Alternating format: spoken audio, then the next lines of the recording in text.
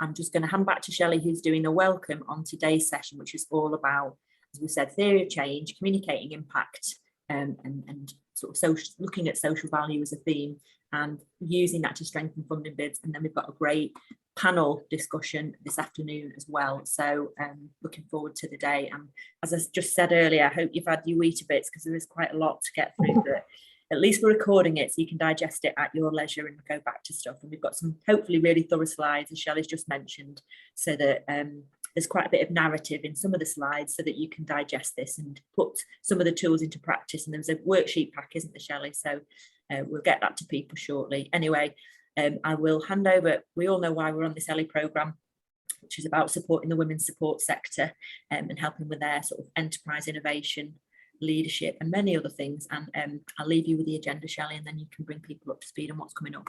No problem. So yeah, here's the agenda for today. So we're going to be starting off by understanding your theory of change. So that will be an introduction for some of you, and for others, maybe going into a bit more depth and consolidating your existing learning. We'll take a break about 11:15. 11:30, we'll come back to measuring and communicating your impact and value and looking at a variety of different approaches towards this. We'll be taking a lunch break around 12:30. 1:15, we're going to be looking at how you can use your impact and value data to win bids and influence and other reasons that you want to be doing this stuff really well, including marketing.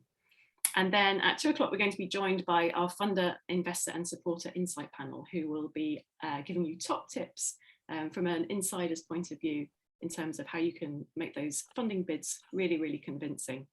And there'll also be an opportunity to share some of your insights and ask some questions as well. And then we're looking to wrap things up around about 2:30, 2:45. So that's today. And if we could just move on.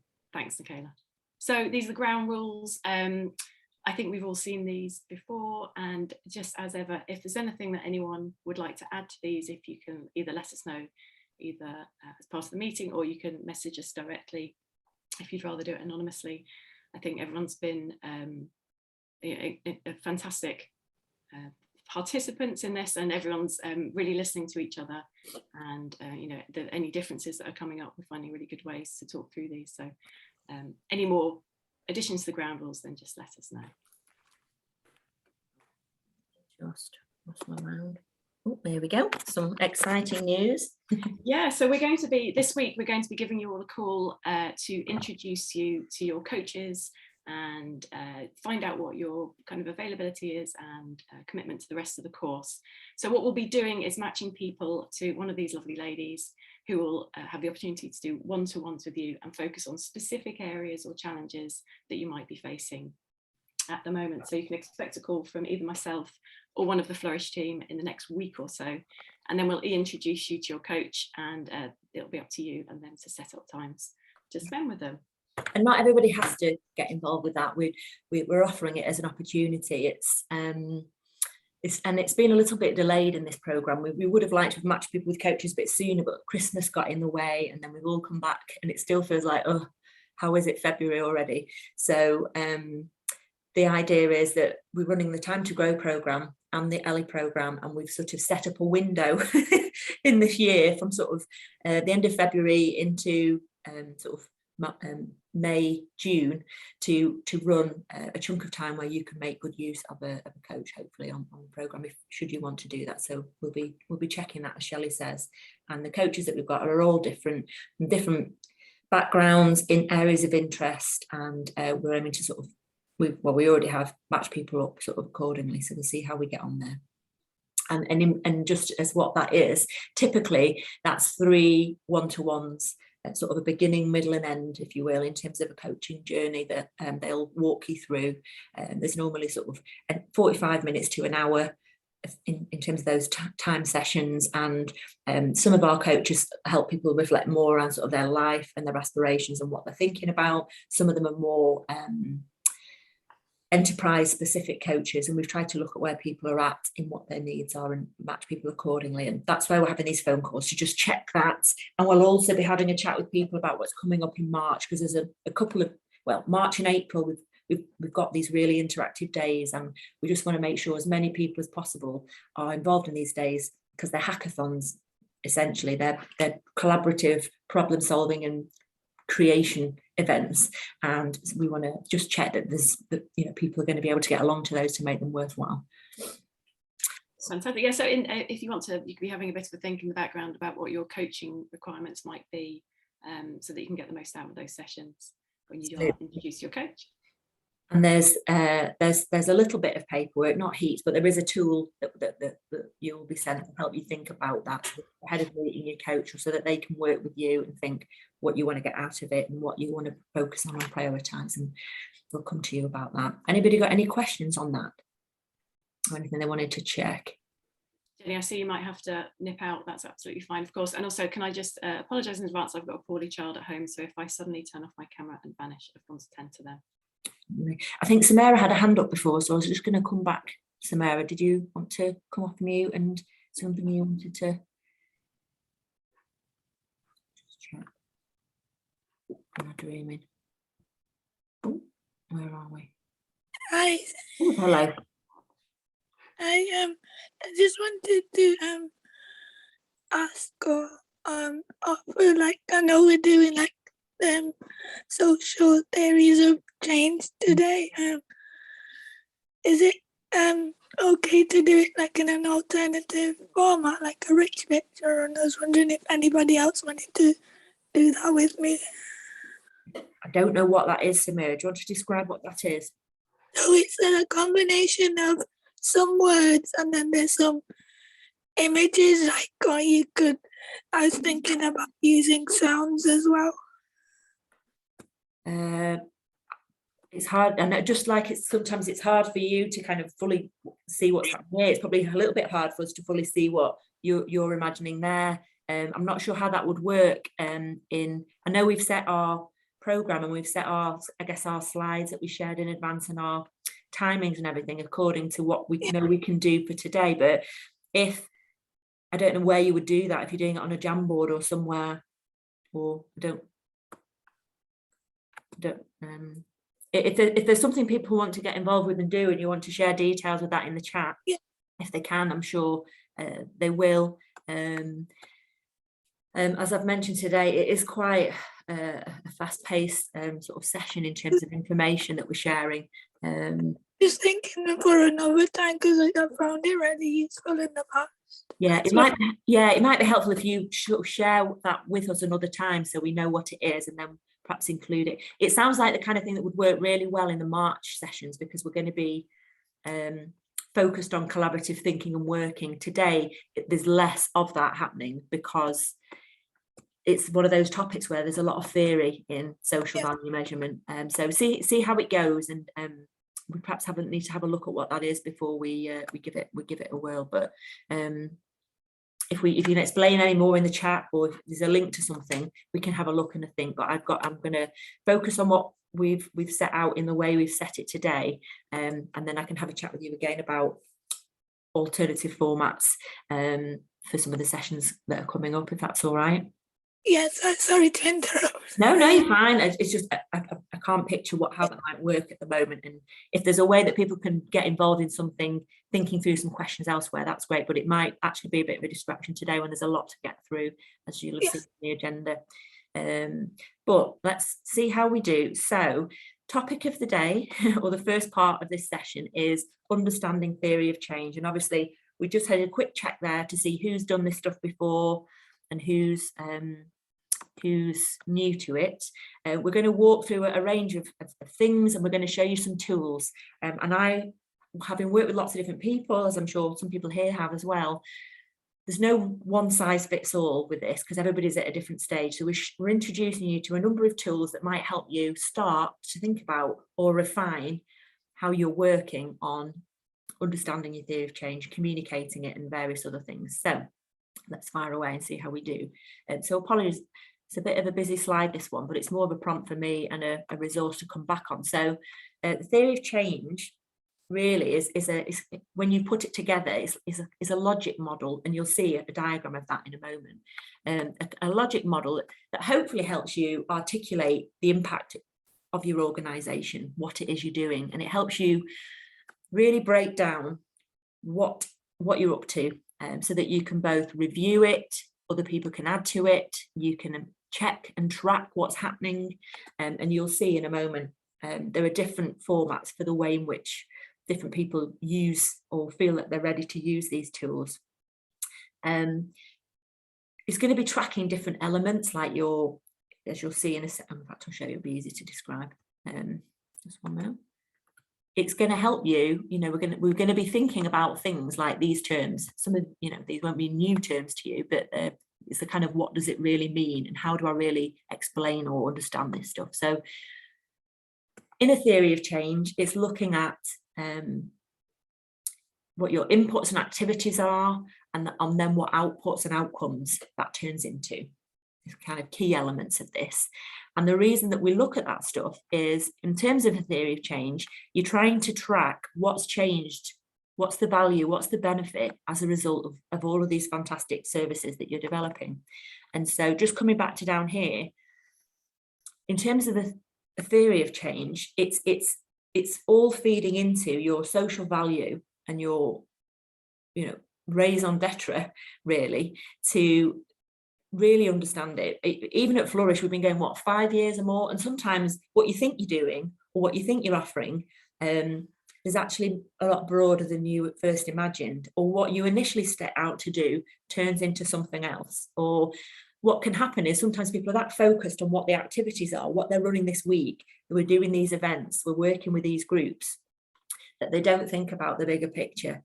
And or whilst they're so bogged down in running one part, they're not able to clearly articulate their kind of purpose or their activities or the impact that happens as a result. So the term theory of change, it's a model and a way of helping you unpack and understand exactly what you're doing, and being able to tell the story in various ways to explain and track what has changed as a result of the activities and the stuff that you do.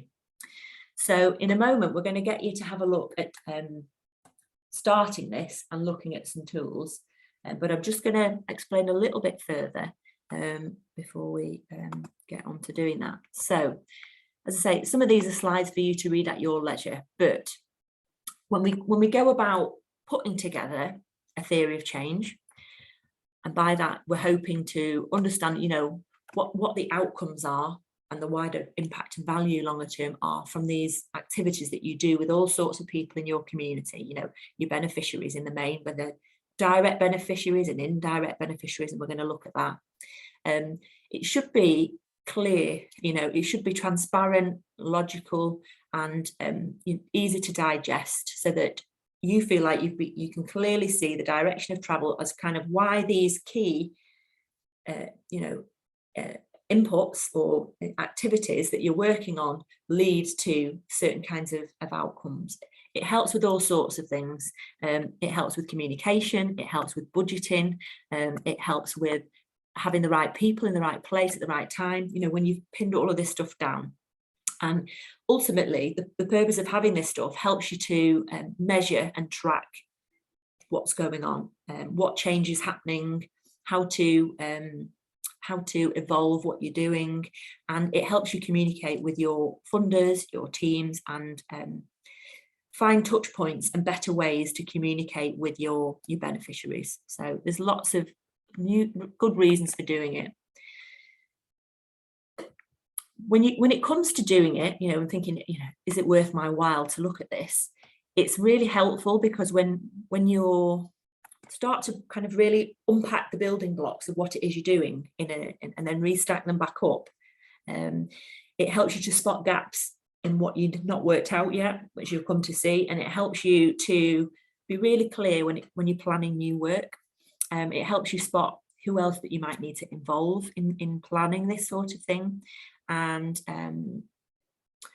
as we said, it helps you evaluate and communicate in all sorts of ways. So a key thing when you're looking at starting this is it's a horses for courses style approach, which is what we often use. So you'll see we've got 3 tools that you could use. There's a really basic starting point we're going to do in a moment to get you thinking, and then I've got 2 examples of different tools that might be useful for you depending on how you work or the stage that you're at, either starting or refining this stuff.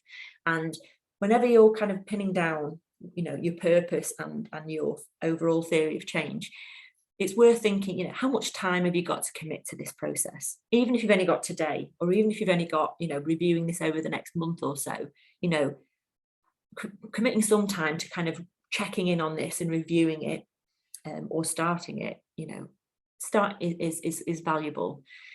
I'd also think when you're doing work around your theory of change, or especially when you're doing work around impact and value measurement, which we've got a session on later, it's thinking about, you know, what kind of processes are you putting in place to track and measure and look at what you're doing, and how is that going to work, you know? And you know, in light of COVID, you know, the ways that we used to do things has changed somewhat. So, you know, it's thinking about implications of time and energy, implications of some of the great technologies that we've now got to help feed into this process, but also additional or different budgets that might be required to help you do this well. And,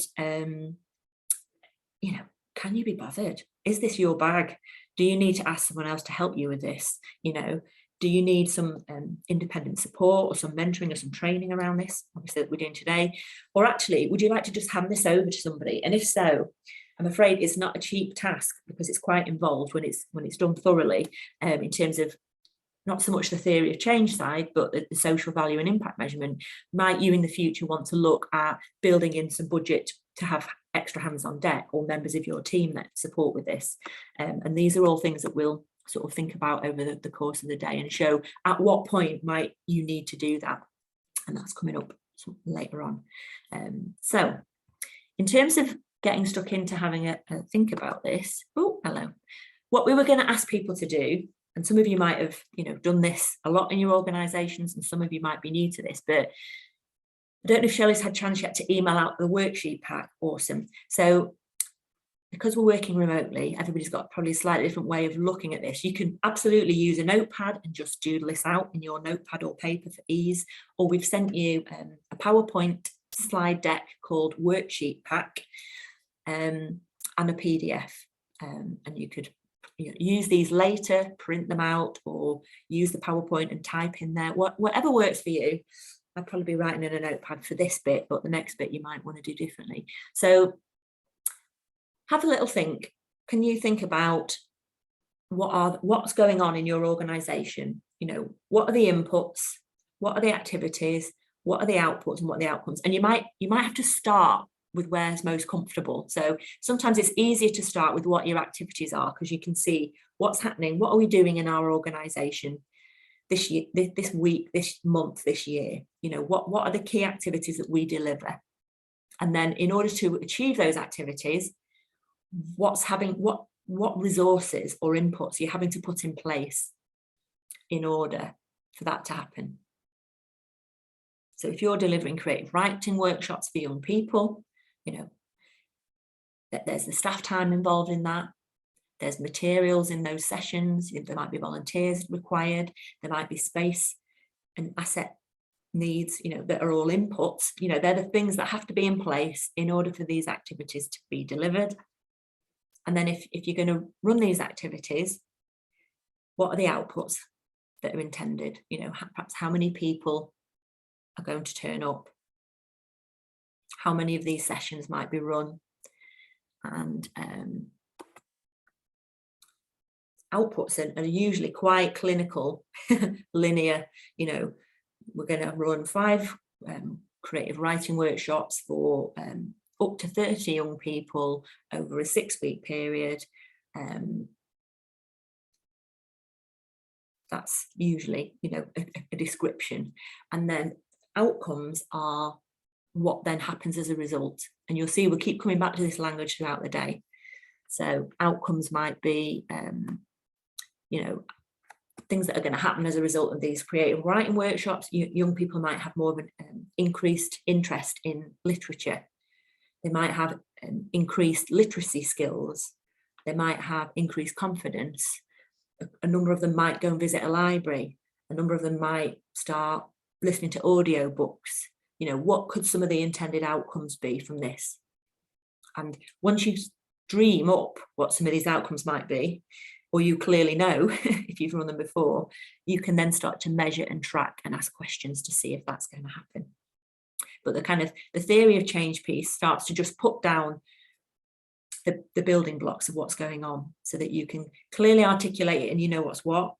And so that if funders or members of your team or other partners and people that want to get involved, you can clearly describe what you're doing. So I wonder if anyone's had a chance to have a think about that, or Mike, we just might take a couple of quick examples from the group here. For anyone who's arrived late, today's all about looking at your theory of change, and we're going to be showing people a few different methods and tools on how to start to put that down on paper or in a process.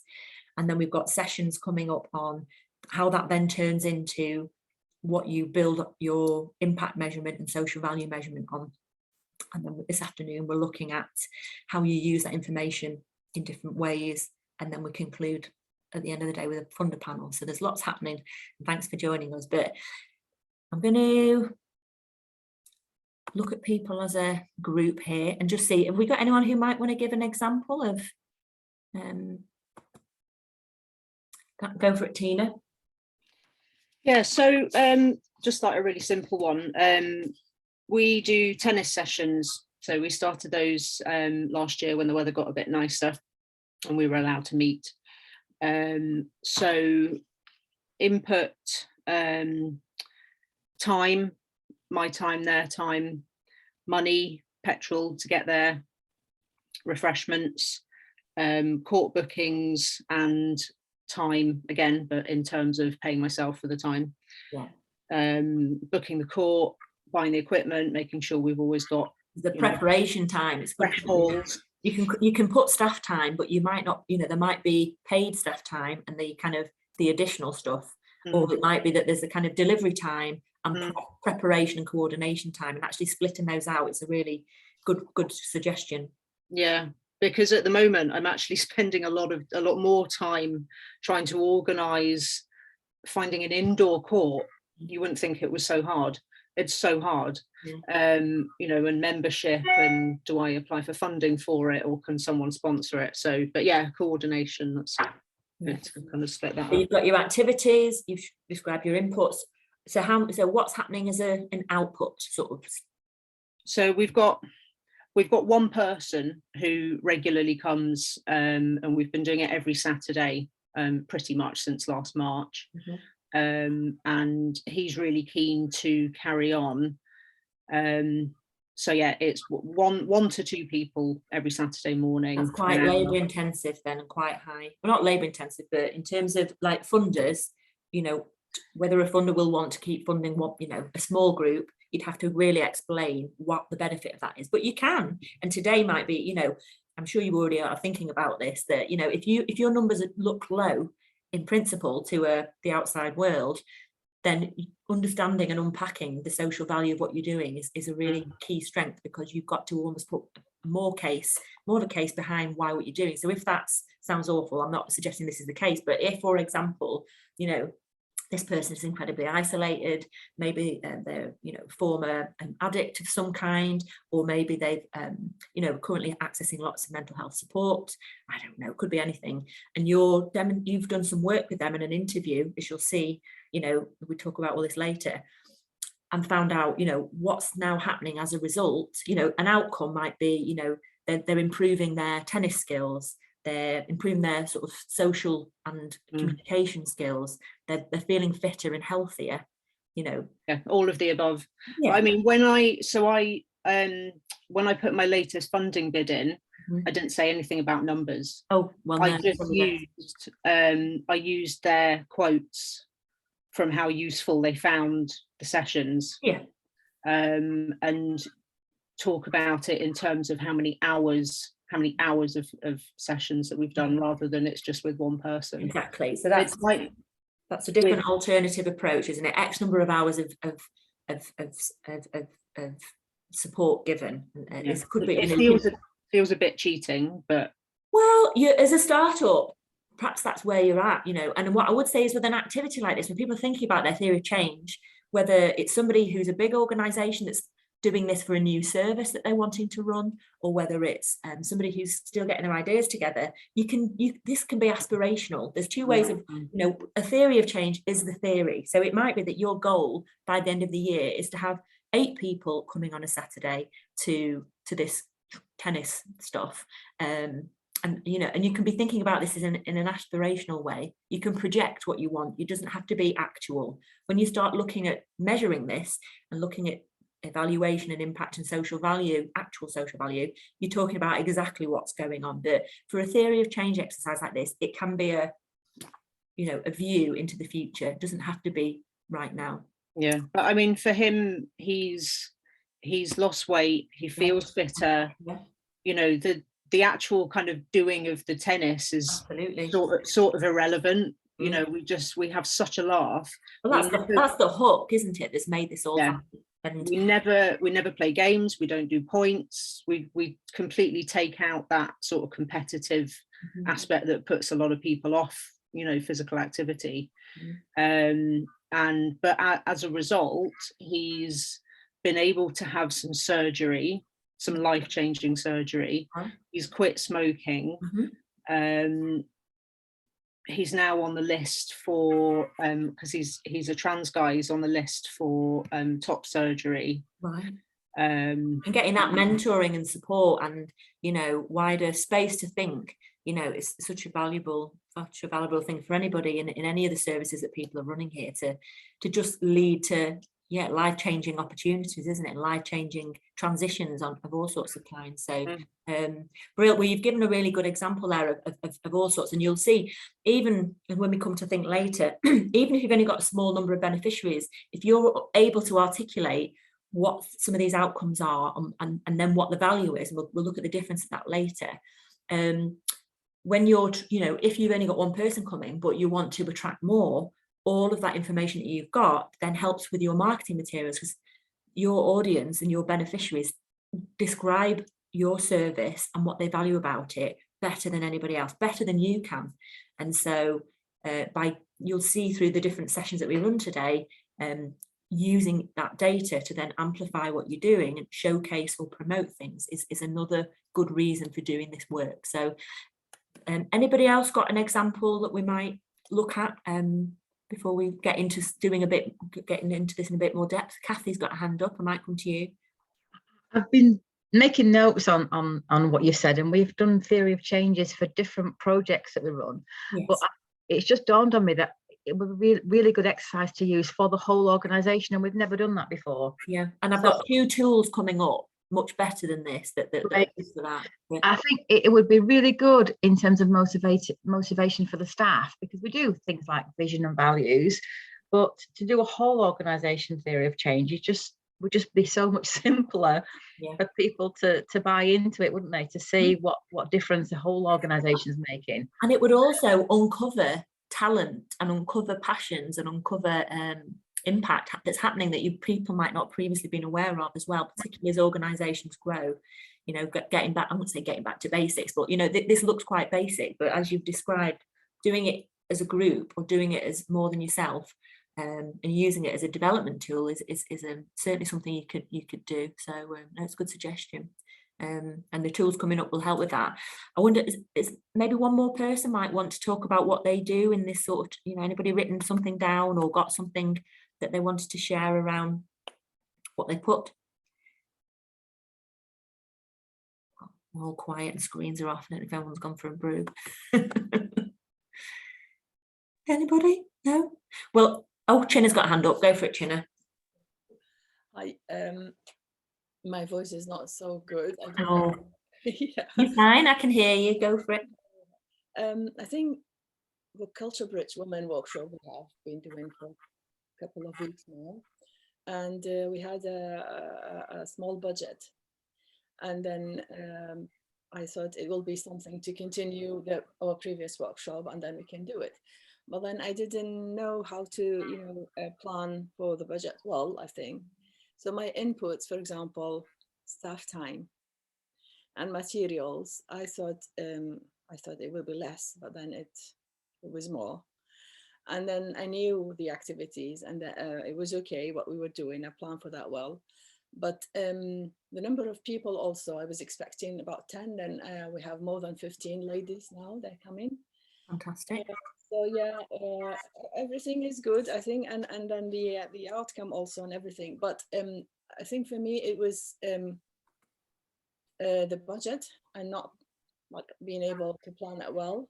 And this will help you. So if you can think, if your activities are you know, running a food, you know, so activities might be a weekly cooking session online or offline, you know, has different budget connotations. There might be a weekly craft session, and there might be a weekly drop-in and conversation, whatever, you know, you'll know what your activities are. If you can bullet point what you believe your activities are in any given week, so that might be your outputs are, you know, 15 women from these different communities taking part in X, Y, and Z. When you take a step back from that, you can go back to the inputs box and really think, what are, you know, how much time does it take for each of these?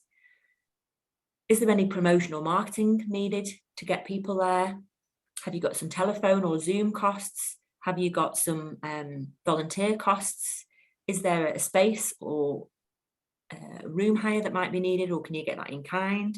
And, you know, are there food, is there a food budget needed for the cooking sessions of, I don't know, £25 a session or whatever it might be?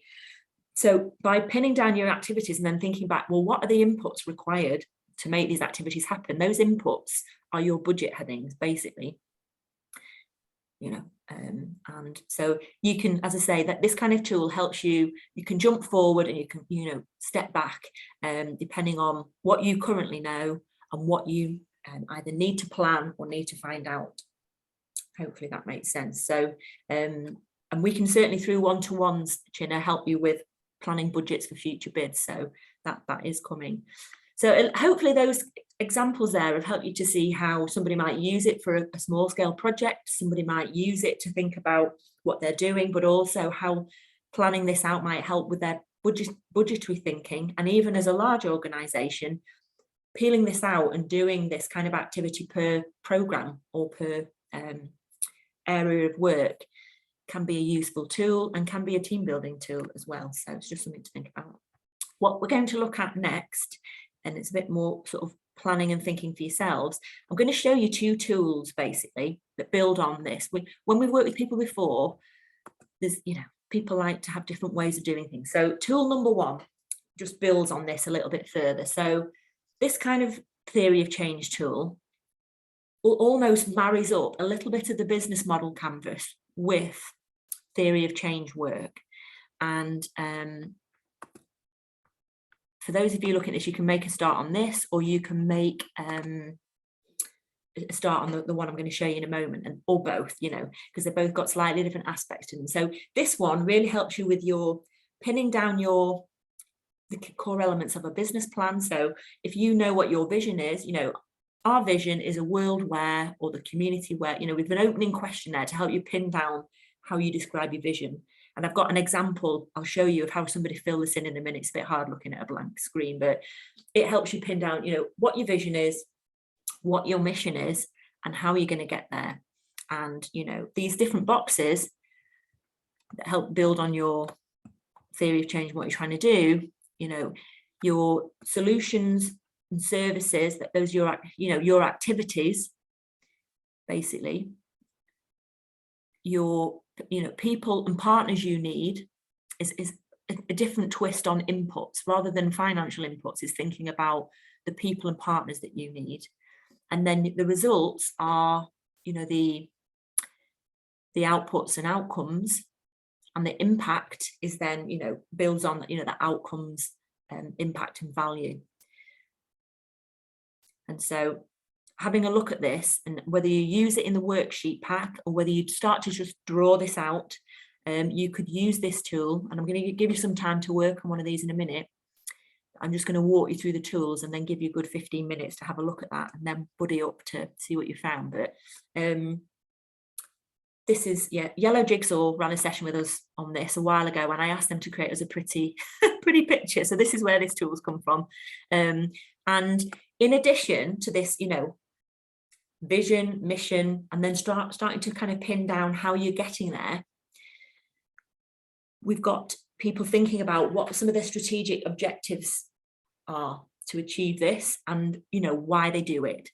And I'm going to, as I say, I'm going to show you an example of how this has been filled in to help it make sense.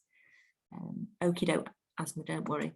So in terms of somebody filling this in, here's an example. Here's one we made earlier. It looks a bit busy, but it just shows you what you can really get down and really make concrete, or at least get off your chest and out of your head with a tool like this. And it also highlights, you'll see, there are boxes, there are areas that you just don't know, but it doesn't matter. Even going through the process of trying to fill in this stuff, it helps you pin down what you know, and flag up what needs more work. Okay, so in this case, the organisation is called Hope for the Community, and they already, they pinned down their vision and mission at the time. So they knew, that they wanted to see a world where parents, families, and people across all communities are equipped and supported to manage their own physical and mental health, as well as able to support others using self-management techniques. So they'd done enough thinking, talking to a mentor, talking with their board or committee, and they'd come up with that as a kind of overarching vision statement as to kind of, they wanted to see a world where, fill in the blanks, with your own sort of perspective. Their mission is quite clear, short and sharp, to be the UK's leading self-management care provider. That's what they saw as their mission. The key goal was to do that in order that parents, families, and people across all communities are, as the vision states. Then in looking at how will we get there, this is where, some things they know and some things they don't know. So in this case, they were, in terms of what's the solutions, the services and the strategy. So what's the proposition and the plan for getting there? They're going to deliver their Hope self-management courses on and offline. They're going to develop peer learning programs and build the capacity of local trainers, and not just deliver them, they're going to train a team of other people to deliver these things, and have a network of thematic champions raising awareness and promoting this impact. And they're going to also, in addition to the online and offline courses, they're going to offer bespoke programs, to aid the development of cutting edge research in self-management care. Who are they going to do this with, and who do they need to get hold of? Well, they were already working with various Autism Society, the Autism Society in various groups. They were already working with the MS Society, so they could already think about the partners that they were already working with to kind of, when they piloted this and when they got this going, but who else might they want to work with in future? They'd started to make some links with Macmillan to create this self-management care tool, and make it suitable for people affected by cancer. So they'd worked with people with autism, they'd worked with people with MS, they were now working with people with cancer, and they were thinking about where else might they want to diversify. And so other support groups and other people, they put down their list, and other partners, so not just people and communities of benefit, but wider partners to deliver this were the University of Coventry, which is where they were based, NHS England, various clinical commissioning groups and GPs were a key partner as a referral partner. So you'll see, and you'll be able to think in your own circumstances, who are the people and partners that you need to grow and develop what you're doing. There might be, partners to find client groups and certain beneficiary groups. There might be people to help plan and deliver and find the resources for this stuff, or there might be marketing and referral partners.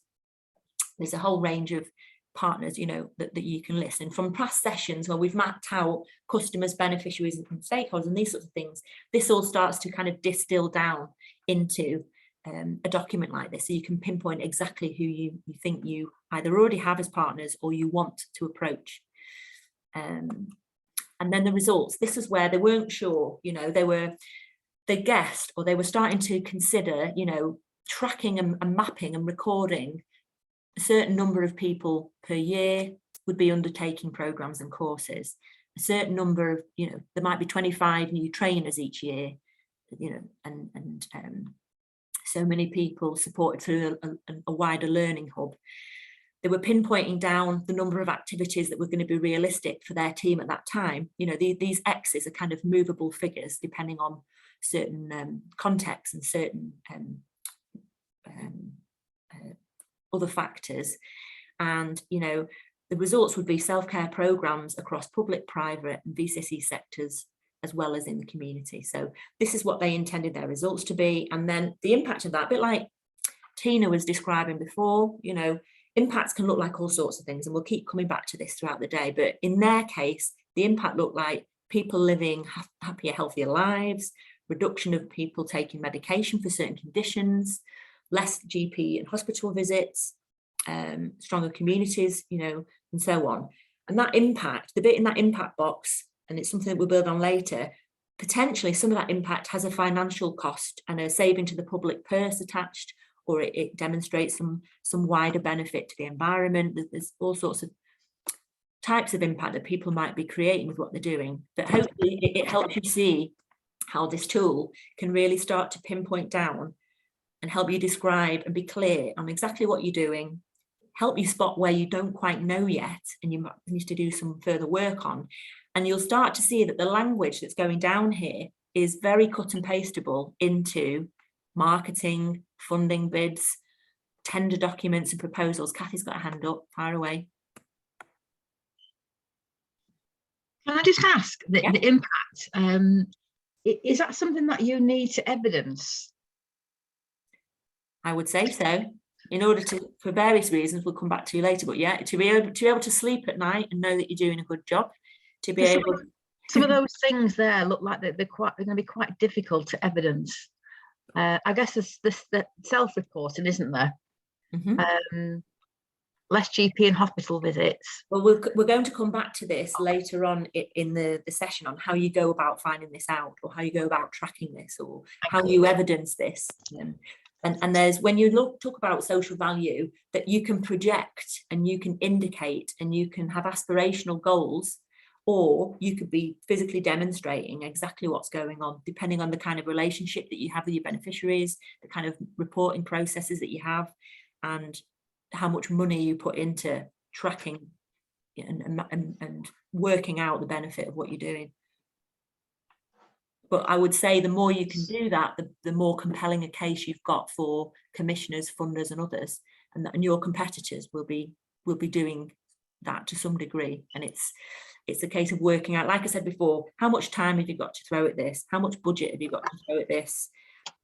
You know, what is your skill and will within your organization to do this, and why bother? And we're looking at the why bother in another session shortly. So just to conclude this particular tool, in addition to thinking about your strategy of what you're going to do, sometimes in a funding bid, we'll say, you know, what are your strategic objectives, or what are your key goals, or, you know, what you're up to. And in Hope's case here, they were trying to pin down, you know, what were the strategic objectives, what were the core objectives. And one was, you know, designing to deliver high quality Hope self-management peers. So one was to basically cascade their work across a broad range of sectors. You know, one of them was to be delivering work across a broad range of sectors. The other was to train and develop others, so others to deliver this program. You know, this is almost like, what are your key, what are the key strategic objectives to scale? You know, if you were, you know, how are you going to scale this work if you are looking to do so? And in order to scale what they were doing, working with a broad range of sectors was something that they would have to do in the future. Training up other people as a trainer model, or working via a license, was a way to do this. And having a changing culture, building a needs-led culture of continuous improvement through shared knowledge. This is what they pinned down as their key strategic objective, to achieve the bigger vision and the bigger picture. You know, they had this, you know, ambition to scale, and they were quite clear about some of the ways that they were going to try and do that. And we do this because it's just sort of pins back down to tie in with a vision, really. We do this because, you know, we believe and can evidence that self-management and strong support networks are the most effective tools to help people live happy, healthy lives.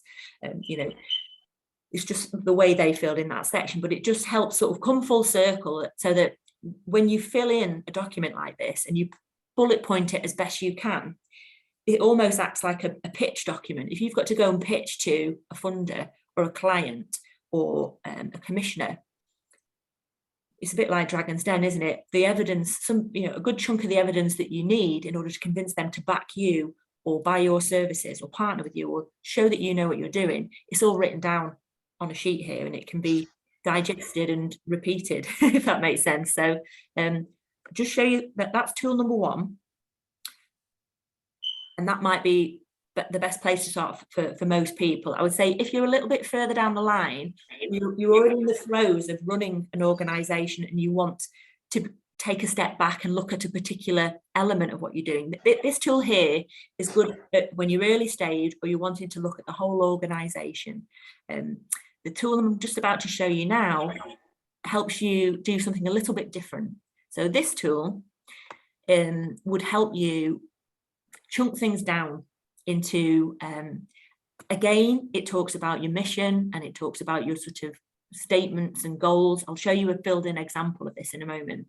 But what this tool does, in addition to helping you pin down your activities and the outputs, it helps you work out what short, medium and long-term outcomes might be, because not everything happens at once. And you might need to be realistic with yourself about what might happen in the short term, what might happen in the medium term, what might happen in the long term, in order for you to build some consistency, develop your theory of change over time. So, you can see you can set some parameters around how your theory of change will happen and evolve this year, next year, in 10 years time.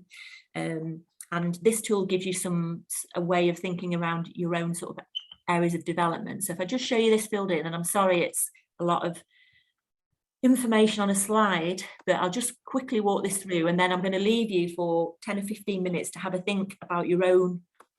You might have started doodling this as it is, we'll see. But in this case, this theory of change was filled out by an organisation that worked with young offenders, and they were running drama workshops. They did a range of things, but using drama and creativity was a way to help young people at risk of offending to, access education, stay out of youth offending services or prison, and be active citizens and happy young people and everything else. So this organisation's mission was to improve life chances of young people through theatre, and they were being clear about the fact that why is there a need? Young offenders lack opportunities to engage with drama as a means to improve soft skills, and there was an absence of theatre provision in the local area. So you put down what your overall mission is in the mission box,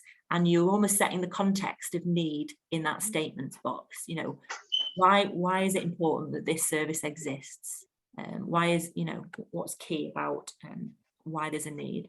And then in terms of their activities, and this doesn't cover an inputs box, but the activities were they're delivering drama workshops aimed at young people that have been through criminal justice system, and also offer a mentoring program that goes alongside that. And in terms of outputs, they were going to be delivering a workshop a week, an end of term production. There's going to be a benefit. They're going to do some evaluation work with the young people, and there's going to be a weekly mentoring. So those were the key outputs for them. And if you wanted to take a step back, you could add in an input box to say, we need to pay a drama professional, we need to pay pastoral support team, we need to pay mentors might be extra. There's the cost of room hire, potentially refreshments at these sessions, insurances, maybe the young people need travel expenses in order to get there. So you can start to build an input list for this, to think about what would be needed to deliver these drama workshops. And then in terms of looking at that theory of change and what might happen over time, they're hoping that in the short term, these young people are going to have a greater sense of routine, and perhaps build a sense of, respect and accountability and, all these sorts of things. And they're hoping that they'll be able to track and demonstrate that fewer young people are excluded from school. So when they start with these young people, they'll be finding out who they are, whether they're in school or not, how their attainment levels are working, and they might find out some other information about their emotional state or their home life or anything else, depending on what they're set up to do and report on them in terms of confidentiality. They'd be able to track later down the line, whether or not people have returned to school, or whether or not in their GCSE years, for example, and they were predicted, D's and E's, when they actually achieved C's and B's. I don't know. There's different ways of showing how certain interventions have played a key role in this.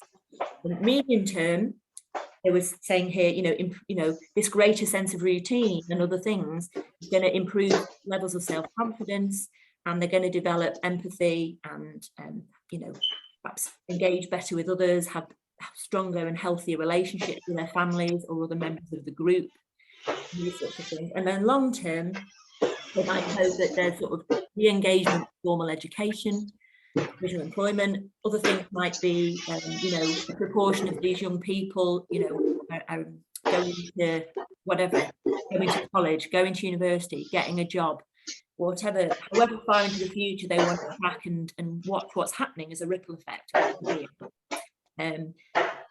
In this particular version, they're showing that they're making some assumptions. They're saying to the reader, or they're saying to their team or to the funder, they're assuming, and they can go away and get evidence to back this up, that drama workshops contribute to the development of confidence and empathy. They're making that assumption. They're assuming that re-engagement with formal education can be linked to drama. Will that be the case? And they're assuming the same, exclusion could be linked to the success. So being, entering back into the school process will be made more possible through the mentoring. So that through the mentoring and one-to-one work, that will reduce the amount of people being excluded. I think that's what they're trying to say there.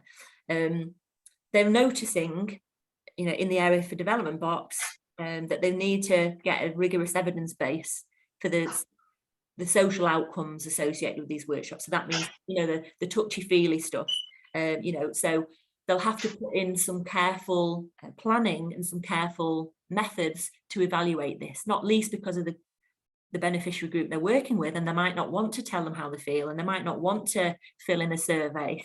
But, so they'll have to not only, think about the rigorous evidence base that they're going to find and how they best demonstrate that, but perhaps some of the ways that they're going to go about evidencing this too.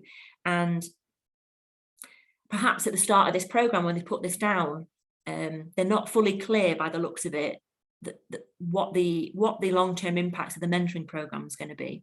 They're not sure, so they're just thinking that they need to work on that. So that I should kind of show you that as a tool, as a different kind of tool. And before I sort of leave you alone to have a think about these and perhaps spend 10 minutes working through one yourself, has anybody got any reflections or any questions? Has it been helpful to have a look at these tools? I know it's a lot to take in via Zoom. If we were in a room and you could have these in your hands, I appreciate it being a bit easier to digest, but any reflections on these two tools? And I'm hoping that over the course of the next 10 minutes or so, and if we ask you to have a go at one, does that feel doable to make a start and have a go at one of these? It's really helpful to have the worked examples. Yeah, no, the blank canvas doesn't help, does it?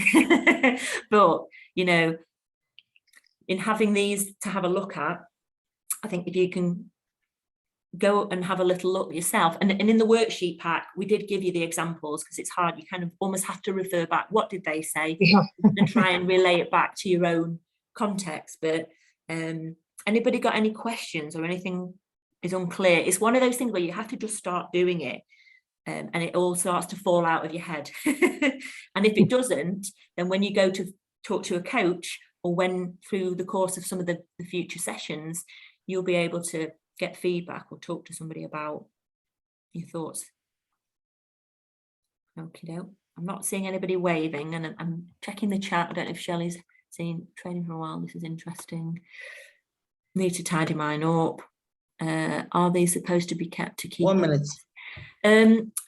I think, I mean, I would, it's up to you. I like things to, I like to be able to look at it in the, you know, so basically by using one of these documents, it pinpoints down. Joe's asked the question, are these supposed to be kept to key points? Mine's quite full. I don't think there's any harm in that. I think it's an either or. In a tool like this, you would just be bullet pointing stuff down. And then if you needed to write a proposal or put a business plan together, it's there where you perhaps extrapolate more and put more content. But this is trying to help you create a short, sharp overview of what's going on for you and your organisation, to stop things from becoming overwhelming and to really clarify down things that you can communicate to others, whether that's members of your team or a funder or somebody who you want to buy your services. Hopefully that's helpful. Yeah. So I'm conscious of time, and I want to leave you to have a think, and you've probably been doing that, but I think without me rambling on. I'm going to leave you for about 10 minutes to just have a go at this, if that's doable for people. Have a good think on your own, and then there'll be time. What we'll do when you've had a think on your own is I'll set out some just random breakouts, and we'll pair you up with somebody for 5 minutes just before we take a break to see what you've explored, how it's felt putting this together, perhaps some areas where you know you need some support, or you need to find out some more information. So for starters, you have a go at this, and then I'll set up some breakouts. And I'm here if people have got questions or something's not making sense, let me know, and choose whichever tool you feel best with. And as I say, we've sent you these, Shelley's emailed you a worksheet pack, or if you want me to put a particular screen up, I can do that. I'm assuming most people will use this tool that I've got up on the screen share, because that's the best catch-all to start with and try and pinpoint down. But I'm just, for anybody who's looking at this one, maybe have a look in your pack. This second tool was helping you look more at a specific activity and pinpoint down what might happen over time. So anyway, I'm going to leave that one up, and I could perhaps leave the example. So if people need to think back and think, what was that again? You've got an example to refer to.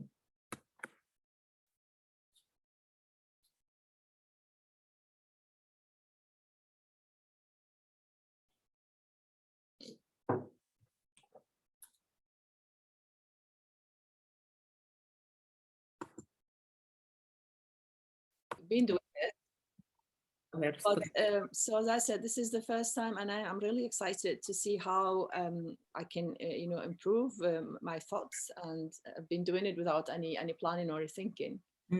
And so I've just made some notes here, and I was very excited. Sorry, Samira and Mary, I thought we had a longer time, so I just kept talking and talking. Yeah. But anyway, I've written here, our mission for Culture Bridge is to connect, create bridges to inspire, learn through our art and culture. And I think I was saying to Shelley before, it's hard because there's never enough time to look at this stuff. But even if you just make a start with this, it's a useful tool that you can keep coming back to and keep amending and adding. And the content that you get down, you can share with others to refine elements or add to it. And you can, this is the information that your funding bids want to see.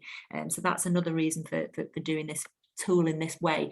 Is there one other person perhaps that wanted to sort of give us a flavour of how they've been finding it, or have they managed to make any sort of progress in the last 20 minutes or so in their thoughts or their thinking? Hi. Hi, Mary. Hello. Yes. Thanks for this. I've tried to ask this question even before now. I found myself crossing between the results and the impacts.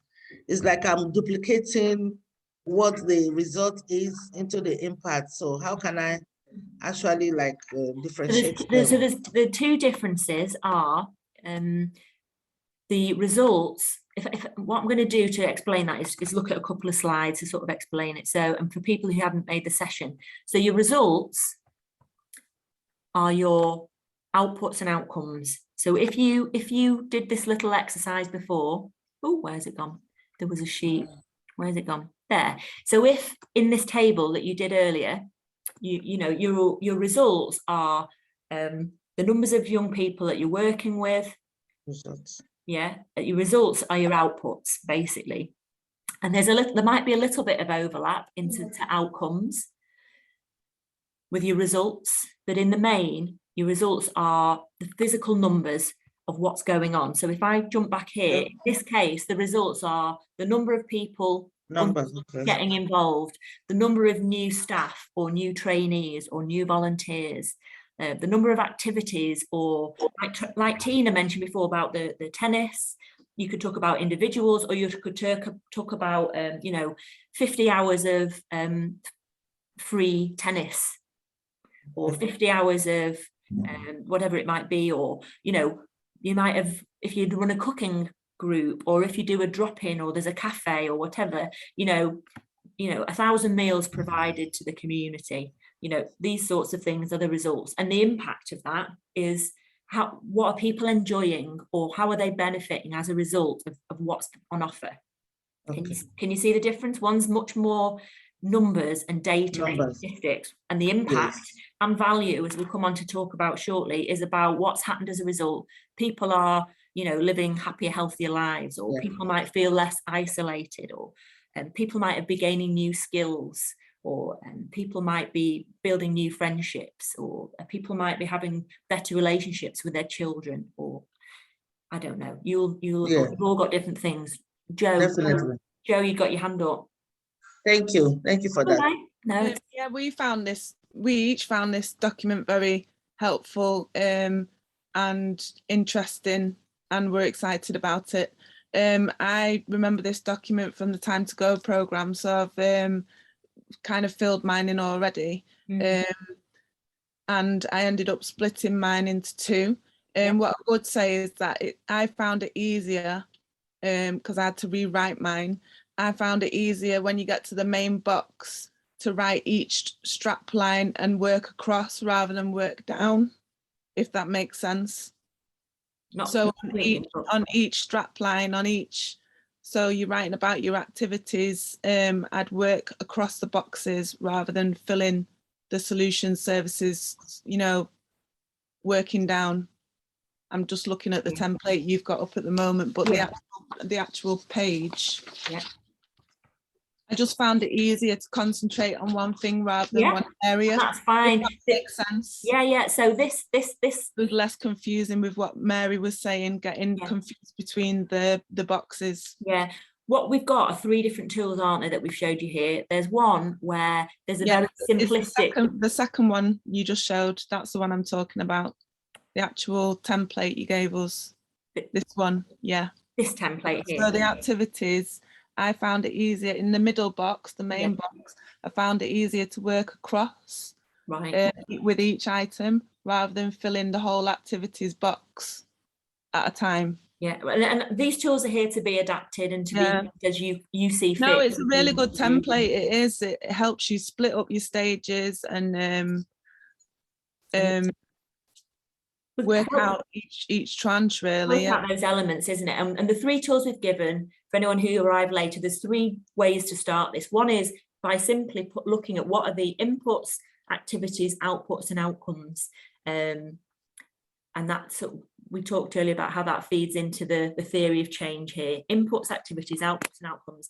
That's the starting point of the building blocks of what you're doing, so that you've got something to track and watch and monitor and plan and budget for well, so that you can then evaluate what's then happened as a result. Did you achieve those outputs? Did you achieve those outcomes? And what impact and value has it led to, or do you hope it will lead to? And that's what we'll be covering in the next bit.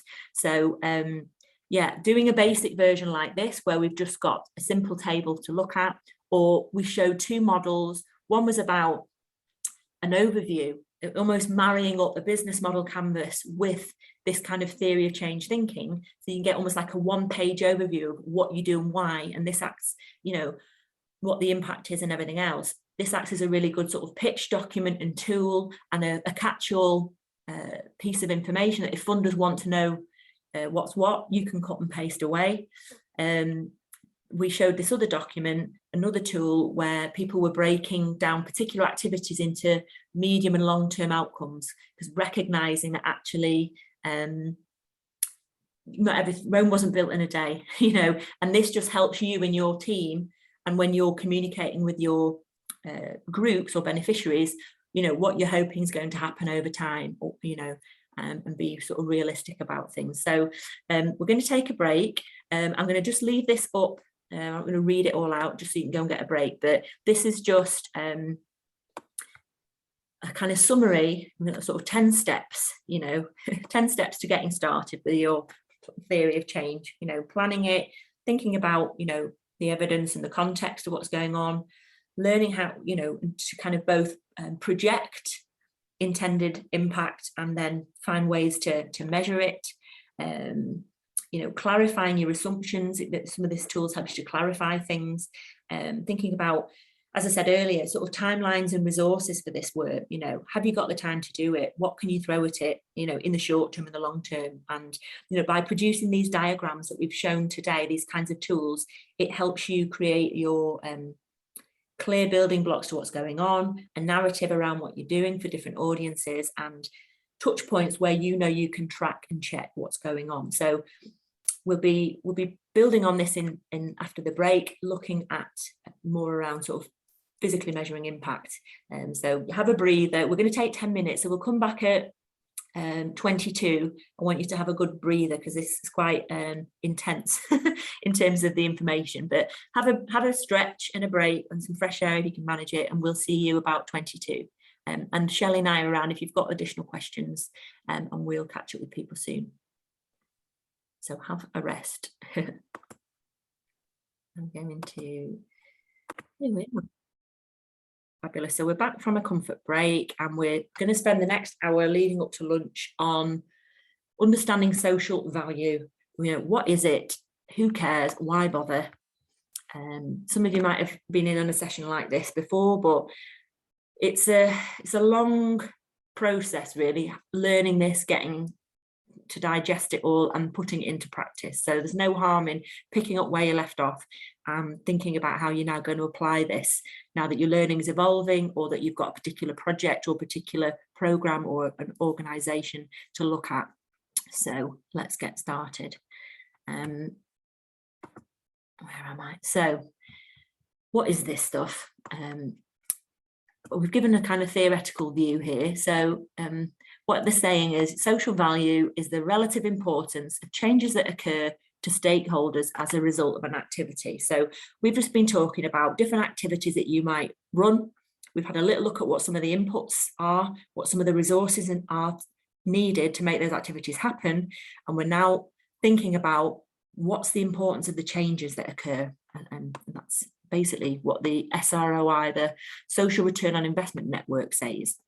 And you'll see, you know, this is what we looked at earlier, the theory of change. And basically social value happens over a period of time that any stakeholder, so any person, community member, beneficiary, service user, whatever you call your people that come and get involved in your services, social value is things, good things happen hopefully to them. Not just the people, actually, you'll come to see, not just the people who turn up to your events and workshops and activities, but also a much broader spectrum of people than that you might not be currently thinking about creating evaluation activities with or getting feedback from.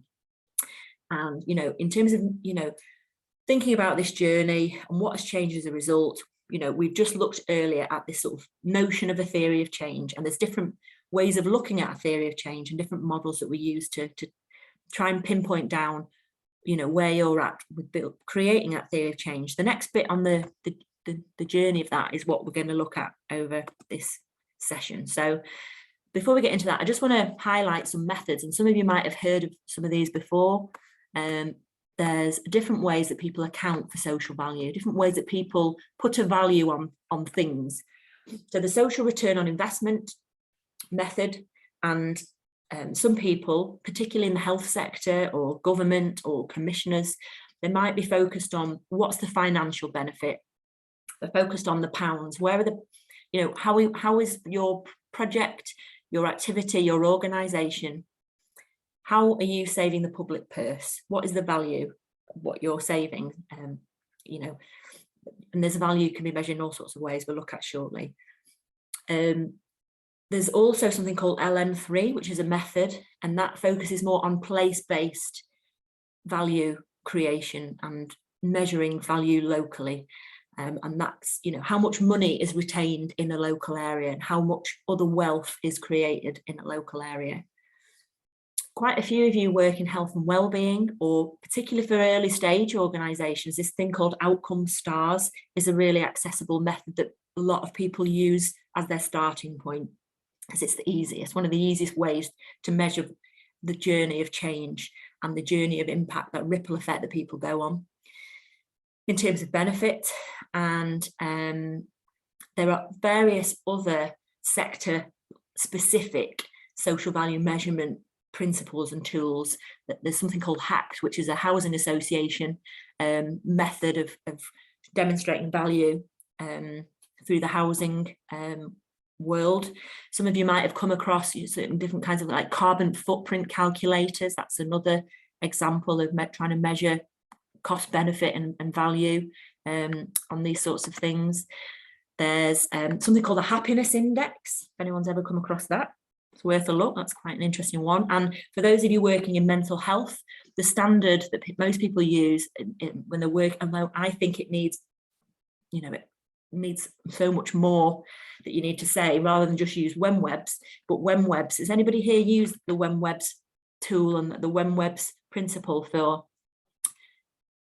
measuring impact with their beneficiaries or service users? I'm just curious, I'm looking across, I'm not seeing anything, but WEMWebs, I know lots of people in our network who it's a set of criteria that you ask people questions against to measure if their mental health is improving. It's like a benchmarking tool, beginning, middle and end checking, to have a look at that. And again, you'll see when people have been on our programs and we fill in this individual learner plan, we want to know how people, where people's learning and development is at the start, at the middle and at the end. And that then helps us create well, if we wanted to, a kind of outcome star, or a kind of showing you the journey traveled in terms of learning and development and whether it's improved.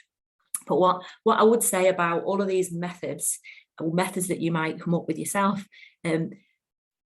when we do social value reports for people, we always blend these methods. We never just use one or another. You know, some are, you know, SROI is expensive, takes an awful long time. LM3, you know, people would need to know what's related to things in a particular local area, and again, it can be costly. Outcome stars are free and pretty easy to use and do give a really good picture if you do them consistently across broad groups of people or across programs.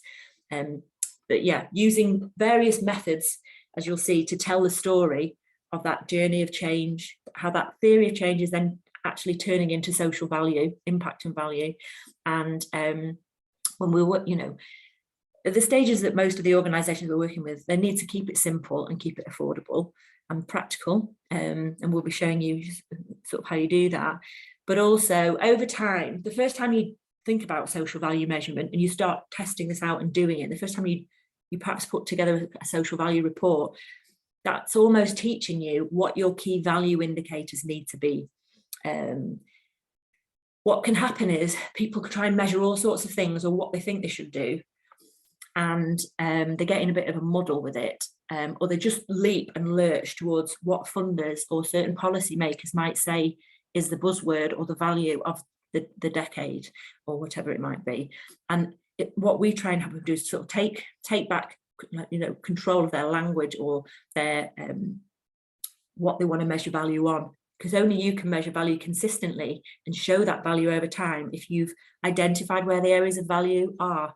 And by asking people some simple questions and going through a process, you can very quickly work out where the key value is for what you're doing, and you track and measure that, and I'll explain more. So where am I? Let's click along. So you know, how do social enterprises create value?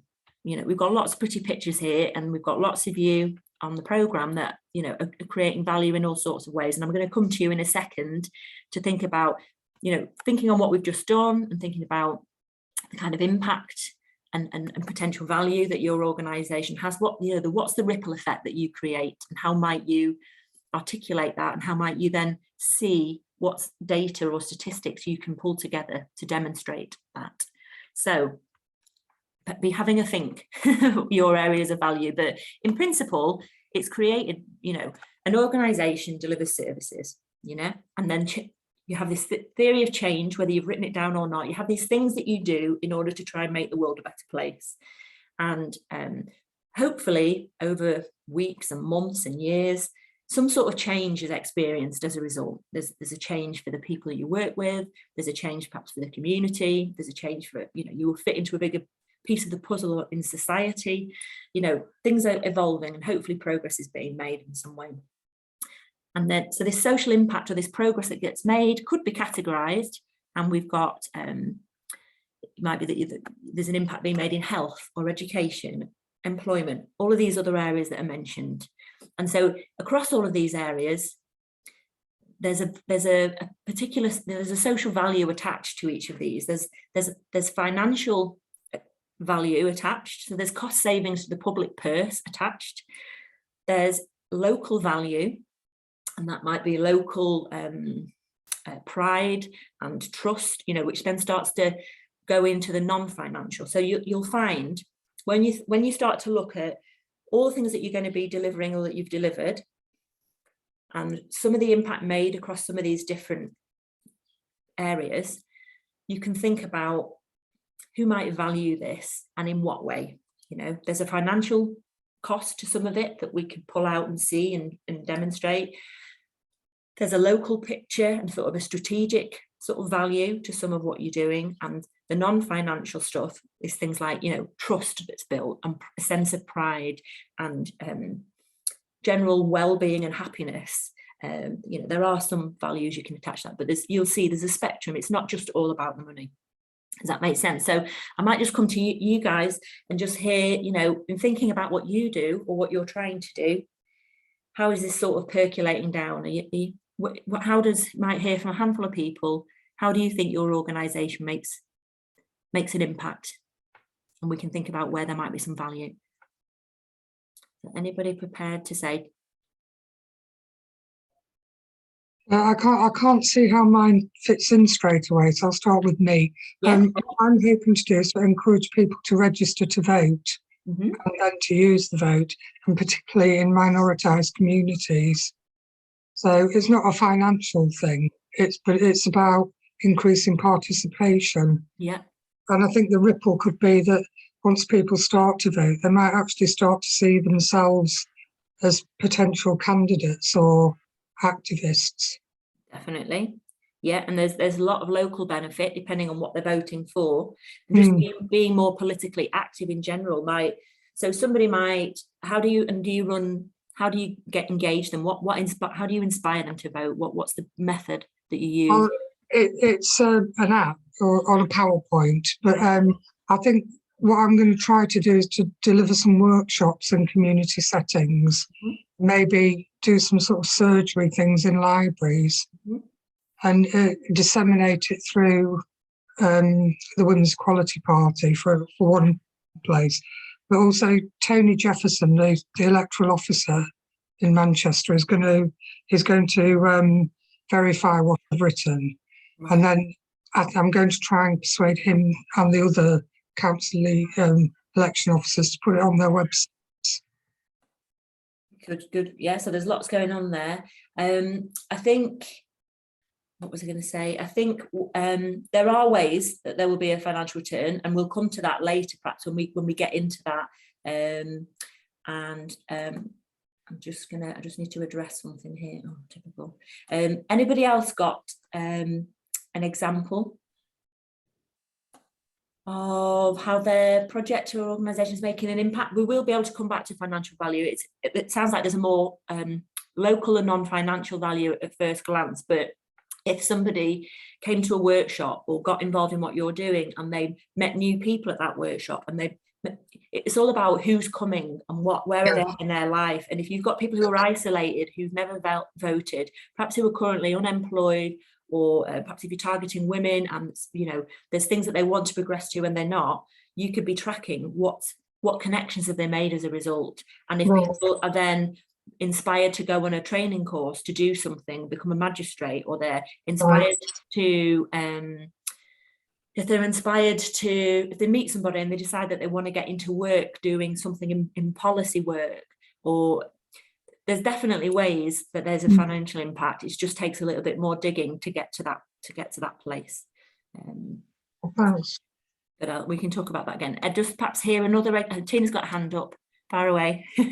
Yeah. I just wanted to comment on what Dee's doing. It's absolutely enormous, the ripples of that, because it's about empowerment, and empowerment to realize that you can have an impact, and you can have an impact by voting on all of these different things. But then also, if you're empowered to make a decision about how you want the country to run, you'd be that might go into being empowered about all of these other things. And so I think it's absolutely enormous. And it is a big job kind of picking it all apart, but I think the local, the financial, the non-financial, all of it is just absolutely astounding. Look at what happened when women didn't have the vote. Exactly. If you measure the social value of what's happened since, it feeds in heavily into economic value, and using that as an example is a good one. And as I was alluding, the way to get the beauty out of understanding and knowing that is to put in a really light touch but good method of capturing who's coming and where are they at the starting point of their connection with you, and putting in place a longitudinal way of, or an over time way of staying connected to them, so you can track their journeys. And it'll all become clear in a second when we come on some more. I don't know if anyone else is burning to tell us areas that they're think they're having an impact in, but there's, you're all involved in all sorts. China's got ladies coming to her sessions that might be thinking about skills building and education and routes back, into employment. Other groups might be looking at, supporting people into housing. There's a lot of you working with arts and well-being and health. So there's a lot going on across the board, I don't doubt. And hopefully you can start to see a place. It's good to start with Dee there, where she's struggling to see where she fits, because some of you will have spotted areas where you're going to have an impact. So just before we get into giving you a way of doing this with your groups and people, and just wanted to take the mystique out of this. People talk about social value and they talk about social accounting, and it all sounds a bit, what's that? Really, all as it is it's crunching the numbers, it's putting in a method and a process and to measure change across the stakeholder or the beneficiary's journeys. It's putting in some simple ways to record and gain evidence of the change that's happening. And as I said, beginning, middle and end might be a way of looking at that, or even, taking in particular types of information at a particular touch points, or even gathering that evidence a year or two down the line, so long as you've got relationships with people to be able to do that. So there's lots of, ways of doing it, and we'll kind of give an overview of those. But what this does is, when you do this, it gives you a way to report and communicate this, just like we were looking before, and we put a quick map down of all these bullet points of, inputs, outputs, outcomes, and all of that, and thinking about what you're specifically doing helps you strengthen your funding bids, helps you communicate with different people what's going on. This kind of data marries up with this to give a further layer, so as much as you can tell somebody, a funder, a commissioner, a future customer, this is who we are, this is what we're all about, these are the kinds of activities we run, these are the kinds of benefits you might get. But then if you can add another layer on that and say, and here, 30% of the people we work with, went to university, or 30% of the people we work with have gone on to get jobs in this, that or the other, or as a result of, you know, planting 100 trees, you know, such as, you know, we've now got less flooding in our local area. Whatever it might be, it starts to sort of piece together another layer and benefits to clearly telling people what it is you're doing. There's a good chance you're doing it, you're just not necessarily capturing it or communicating it in a way that you could. And the other thing is, you know, you can get very bogged down in this. As it says, there's lots of different methods and metrics, ways of doing this, and I would say don't worry or get bogged down by those. Some of the terms that you might have heard that people describe some of this stuff with is sustainability reports, CSR reports, or what some larger companies might do, environmental reports, annual reports. There's a good chance that you may get asked by, where's your annual report? Have you got an annual report? Have you got a social value or an impact report? You know, they're called all sorts of things. Any of you that are community interest companies, you have to do a statement of community interest every year. Your KIC, you say KIC 34, was get KIC 34 and 36 forms mixed up, but basically your annual return of community benefit is a version of this. Whether or not you're choosing to see it as that and putting the right depth of information in is up to you. Your accountant will just say, oh, put the bare minimum in, and you can. However, funders and other people will go, it's there on Companies House, and it's your showcase to the world to tell them exactly what your impact is. So don't waste the opportunity, is what I would say. And doing some of this might then give you the fodder that you need for your KIC report. So where are we? This is just the last bit on, you know, why bother? You know, I'm not going to labour over this because we want to get you into groups, but there's all sorts of sort of policy, strategic, you know, and, you know, political reasons as to why it's helpful to do this, either because there are acts and terms out there that are telling you that you should. You know, some of you might have heard of them, you know, these things called the Sustainable Development Goals. Some of you might have heard of the thing called the Social Value Act. There's, you know, we've seen even before COVID and post-COVID, there's this sort of ethical consumerism that's coming to the fore, where people are wanting to see, you know, value and a difference being made in the world. So there were those sorts of reasons, but ultimately, you know, it's about creating useful evidence of both, you know, financial savings or benefit that you're creating. It's helping, and having this stuff there builds trust. It creates and demonstrates your track record. It creates a strategic case to stand out and compete with other people going for different whatever funds or you know, contracts or anything else. And it makes your reporting more meaningful. You know, you've got a clear process of how you go about doing this, and you've got what happens is people can do all these hodgepodge things. So they will do this project one year, we'll do that, or they run this program, and then somebody else asks them to do something, and you end up without a consistent way of reporting exactly what the benefits are. And if you can just take a step back and do this across the board, even if the programs are quite different, or even if the beneficiaries are quite different, if you set a method that asks some very simple questions in a methodical way, once or twice a year, or 2 or 3 times a decade, it just helps you consistently tell the story of what's going on and build really good data that no one can argue with. So yeah, that's my pitch for why you should do it. Just taking that step back again, it sort of ties into the, you know, why bother? You know, in addition to why bother, it's like who's affected by any of this stuff? Who cares? Who wants to know? And we use this term stakeholders, and we're going to use it some more in a minute. And this is just reminding us, what the hell's a stakeholder? And it's basically anyone or everyone who's got a vested interest in your organisation. Immediately, you might think, well, it's the people who come to my workshops, or it's the people that get involved. It's the people I see week to week, month to month. And that's true. They're your direct stakeholders. They directly benefit from what you're doing, and they're in your line of sight. And you can get them more easily than others.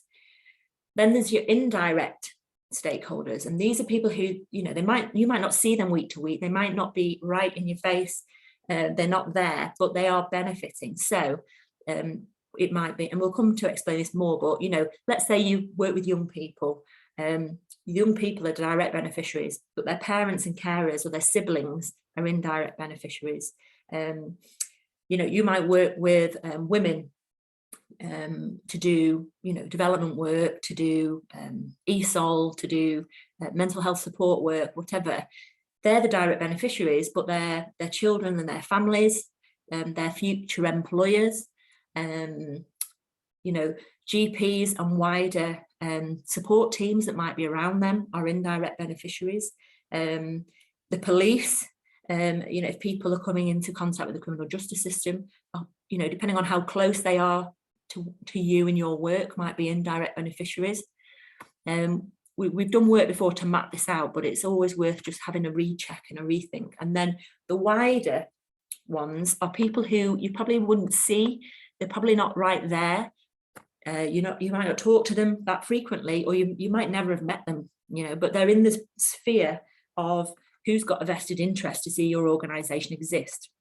And within that wider stakeholder, it might be public sector leaders, it might be particular national agencies that are affiliated to the same cause that you're working on.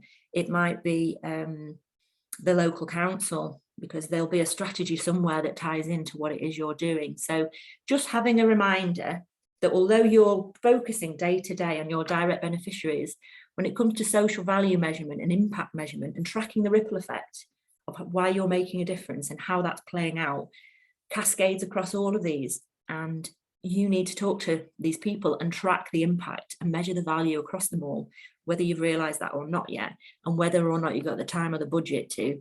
It's the more you can think about this, the more strength you'll build to your picture of social value, and you'll also build better and stronger strategic links as well. So let me explain. So earlier on, I'm just taking us back to the tale where this is what we've been looking at. You know, earlier on, this top line about inputs and activities, outputs and outcomes, we described as the theory of change. You know, these are the things that go on that hopefully helps people, you know, access something and have something improve as a result. Yeah. And then where we're getting to now is measuring that social value.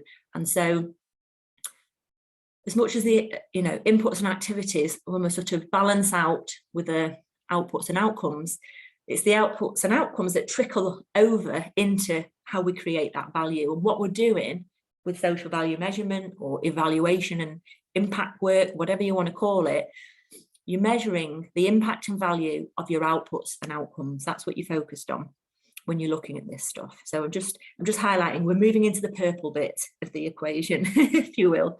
So just to put that into context and help you each think about this in your own terms, because sometimes it's like, what the hell is this? They're all weird buzzwords that, you know, get used a lot, but it's what does it really mean? And how do you tell them apart? You know, we were looking at this earlier. So I do a lot of work with a lady called Nikki Dickens, and she put this tool together. I can't take any credit for it, but I certainly share it a lot and use it. So an output, what is an output? So an output is what has happened as a result of the stakeholder's journey. In the case of social value, when we're looking at this, the output is what's happened as a result. So, you know, Jenny's turned up, it's the number, it's the bum on a seat. Jenny turned up, you know, she was one of 8 people that came to this thing. So 8 people attended a course. Jenny, you know, one of 8 attended a confidence building course. The outcome is then what then happened as a result of Jenny attending. So in this instance, Jenny's improved her confidence. Jenny might have felt less isolated. Jenny might have learned some new skills. You know, there's lots of outcomes that might be happening. And what I'm going to get you to do in a minute is think about this in your own organisation. So Jenny turns up is an output. Jenny improving her confidence, accessing skills, feeling less isolated. They're all outcomes. They're what hopefully immediately happens as a result of her getting involved and coming to this thing. The impact is what is Jenny doing differently now as a result of her intervention with you or her service, or in this case, improved confidence. So as a result of that improved confidence, Jenny's got a job, you know, the pinnacle. You know, an impact might be, you know, what is Jenny doing differently as a result of her new skills? So she might be applying those skills in new ways in her community. She might be wanting to go a step further and is now attending a college course or something. You know, there's many different kinds of impacts and ways that people are doing something differently as a result. I'll give you another quick example. So let's talk about Jeff. I'm making that name up, but you know, Jeff turned up at a horse herd course. We'll touch on that later, which is all about. He was a veteran, so Jeff's a veteran. He's isolated, is at home. He's turned up. There's the output. Jeff's improved his confidence. So and has started to feel better about himself and started building relationships with others. So the impact is Jeff started building relationships with others, and actually Jeff's gone on his first date in 10 years. You know, this is a true story. And so what, you might say, where's the value in that, you know, and who cares? But there's various people that will value from Jeff or Jenny's newfound confidence and the things that they're going on to do. There are direct beneficiaries that will value this. There are indirect, and there are wider ones. And I've got a slide in a minute that's going to show you that. But I'll come back to Jeff as alongside Jenny, just to show you two different examples of how both these kind of hard outcomes and these hard impacts, where you can tangibly say, oh, such a body's got a job, you know, that's one end of the spectrum. But actually what I was going to say is, you know, Jeff's newfound confidence and Jeff going on a date still has social value, because he's spent money in a restaurant for the first time in 10 years, you know. So we'll get back to that in a minute, but it's just showing you people can underestimate the impact and value of what's been created and the ways in which you can perhaps calculate that. So for the next couple of minutes, I'm going to ask you either just doodle down in a notepad or use your work pack. Just have a look at this particular slide in your own way and think what happens as a result of your stakeholders coming to your activities or services, or if you haven't developed them yet, what you're hoping will be achieved. Yeah. You know, what are the outputs? You know, maybe you've had 10 people come on a course this year. Maybe you've had 1 or 2 people that you've supported intensively. Maybe you've had, you know, 50 people come through your service. Maybe you've fed, you know, 50 families through COVID. I don't know. Everybody's done such different things, but what have been some of the key things that you've done? So there's the output, and then there's the what did that lead to? What change happened as a result? You know, so in Tina's case, Tina gave us a really example before, you know, somebody's come to tennis sessions, you know, perhaps it's the first time they've been doing something like that in quite a long time. They've got improved confidence, feeling improved self-esteem. They're starting to have conversations about things that they've not talked about in a long time. You know, what has that led to? That's led to them starting to feel more connected to their community and to other services. And as a result of that, they've progressing in accessing better medical care or accessing better treatment. And it could be anything, they might be having better relationships with their family now, and maybe they were thinking of sort of having to leave. I'm not suggesting them, but somebody might be having to leave home or putting up with something that they shouldn't be putting up with, and as a result of coming to your services, they've now made that step to whatever it is,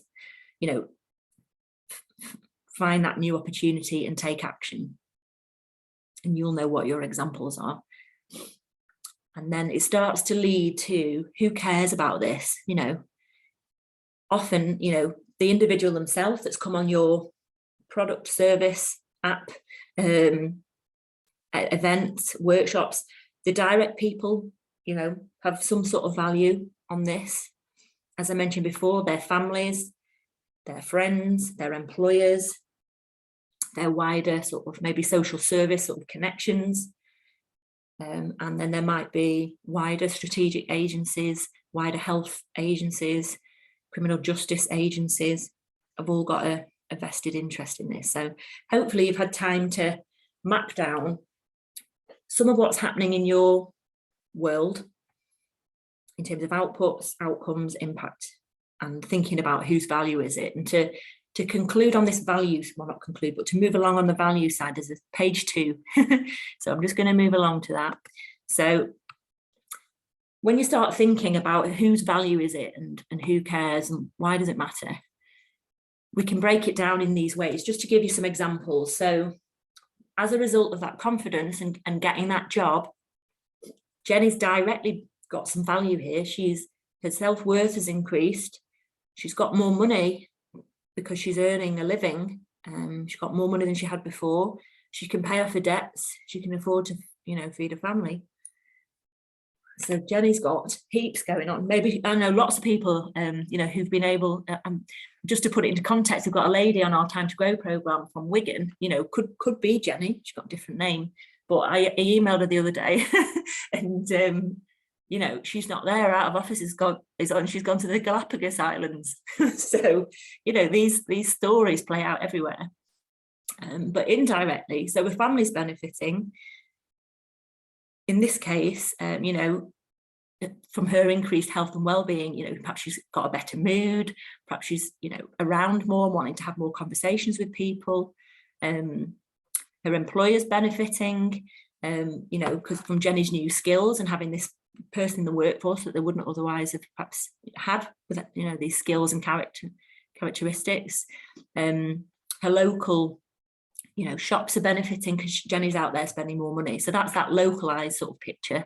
And then when we step back and look at the wider world, and we think about who are these wider stakeholders, so the government's benefiting, from, it sounds very crude, but unfortunately this is the way they work, the savings in welfare benefits and, increased tax payments, are the basic brass tacks of how the government benefits.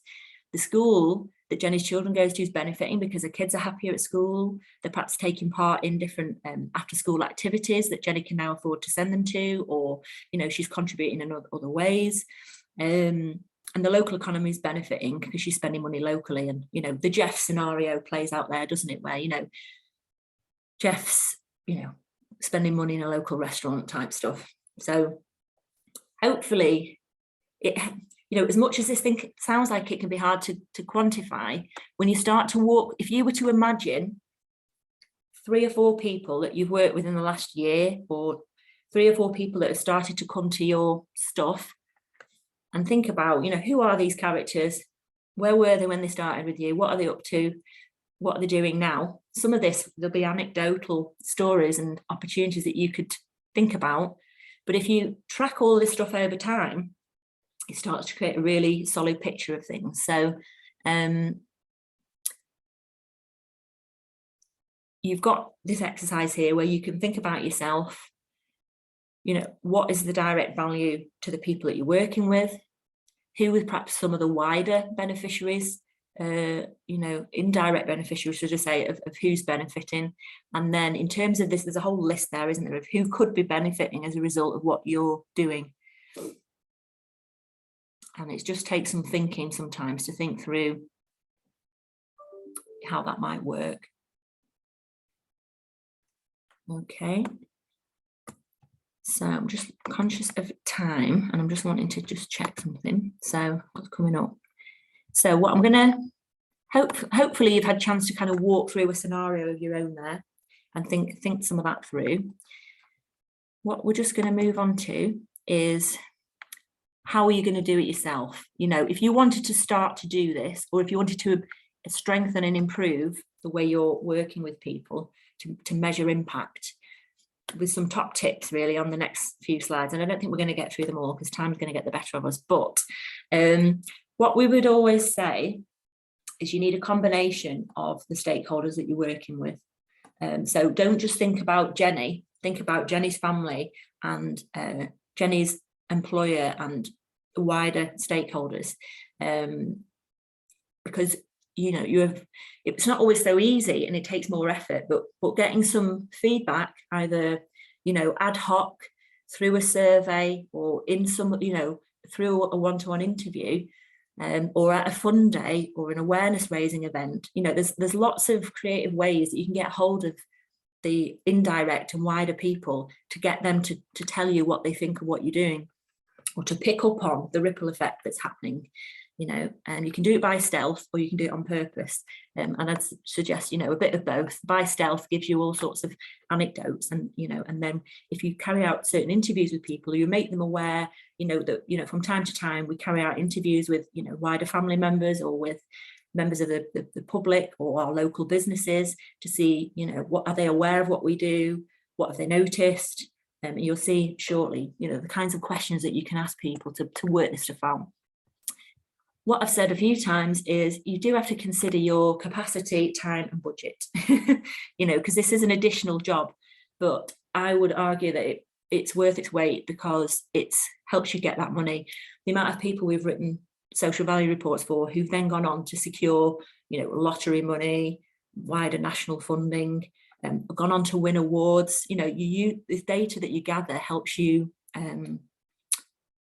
create the content, you know, for all this stuff. So it's, you know, even if you've only got a minimal amount of time, capacity and budget, put something in place, I guess is what we're saying. Doing, you know, having a think about, do you need external support on this, either for your own development or for you to take this extra job away from you, or what we would say, or for legitimacy. You know, you can do this yourself, and you'll see in a minute, there's various ways that some of you will be doing this already. That having an external person come in and do this creates an additional layer of robustness or an additional layer of legitimacy because it's an independent report. Having a think about the ratios of who you want to involve, so the different kinds of people that you want to interview, talk to, survey, get feedback from. As I said before, so it's not just the Jennies, but it's everybody else and other people. It's not just going for who's easy to get hold of, but using the time. If you're going to bother doing this, make it a business development exercise as well. So as much as you can talk to the people who come to your thing, if you can get a few interviews with some strategic partners or the local, whoever it is, you know, whoever's invested in you or funded you, or people who you'd like to be more aware of what you're doing, and have somebody interview them and talk to them and see if they're aware of what you're doing and their feedback of what they value about what they've noticed, helps build trust and helps build relationships and gives you routes back in to go back to them for all sorts of things. And on that point, you know, as much as you can ask people, have they enjoyed this? What did they value? What's been of most benefit to them? What are they now doing differently as a result? You can, at the same time as doing your social value and impact measurement work, you can also do some market intelligence work and market research around, you know, what are their future support needs? What else do they need? Who else do they access this kind of stuff from? Where, you know, what would they like to see done differently in the future? So you can do a two-pronged attack with your time when you make the time to do this work, so that it meets multiple goals and stuff that you need to help grow and develop your services or your activities or whatever else. I'm not going to fry your brains with that. I think you can come back to that on another day. But what I want to do before we break for lunch is to just have a go at trying this and thinking, if you were to, in the next year, we're going to try and measure the impact of what you're doing. And some of you will be doing this already. So I think before we get into getting you to do this, actually, let's come back. I'm going to pop that up. Let's hear from some people who are doing this. Who's already started doing some impact measurement with what they do. I'm not sure who we've got on the call, but is anybody already evaluating what they're doing? Has anybody already put some steps in place to put impact evaluation work in place? Have you had to do it for your funders, or have you chosen to do it? Anybody happy to talk?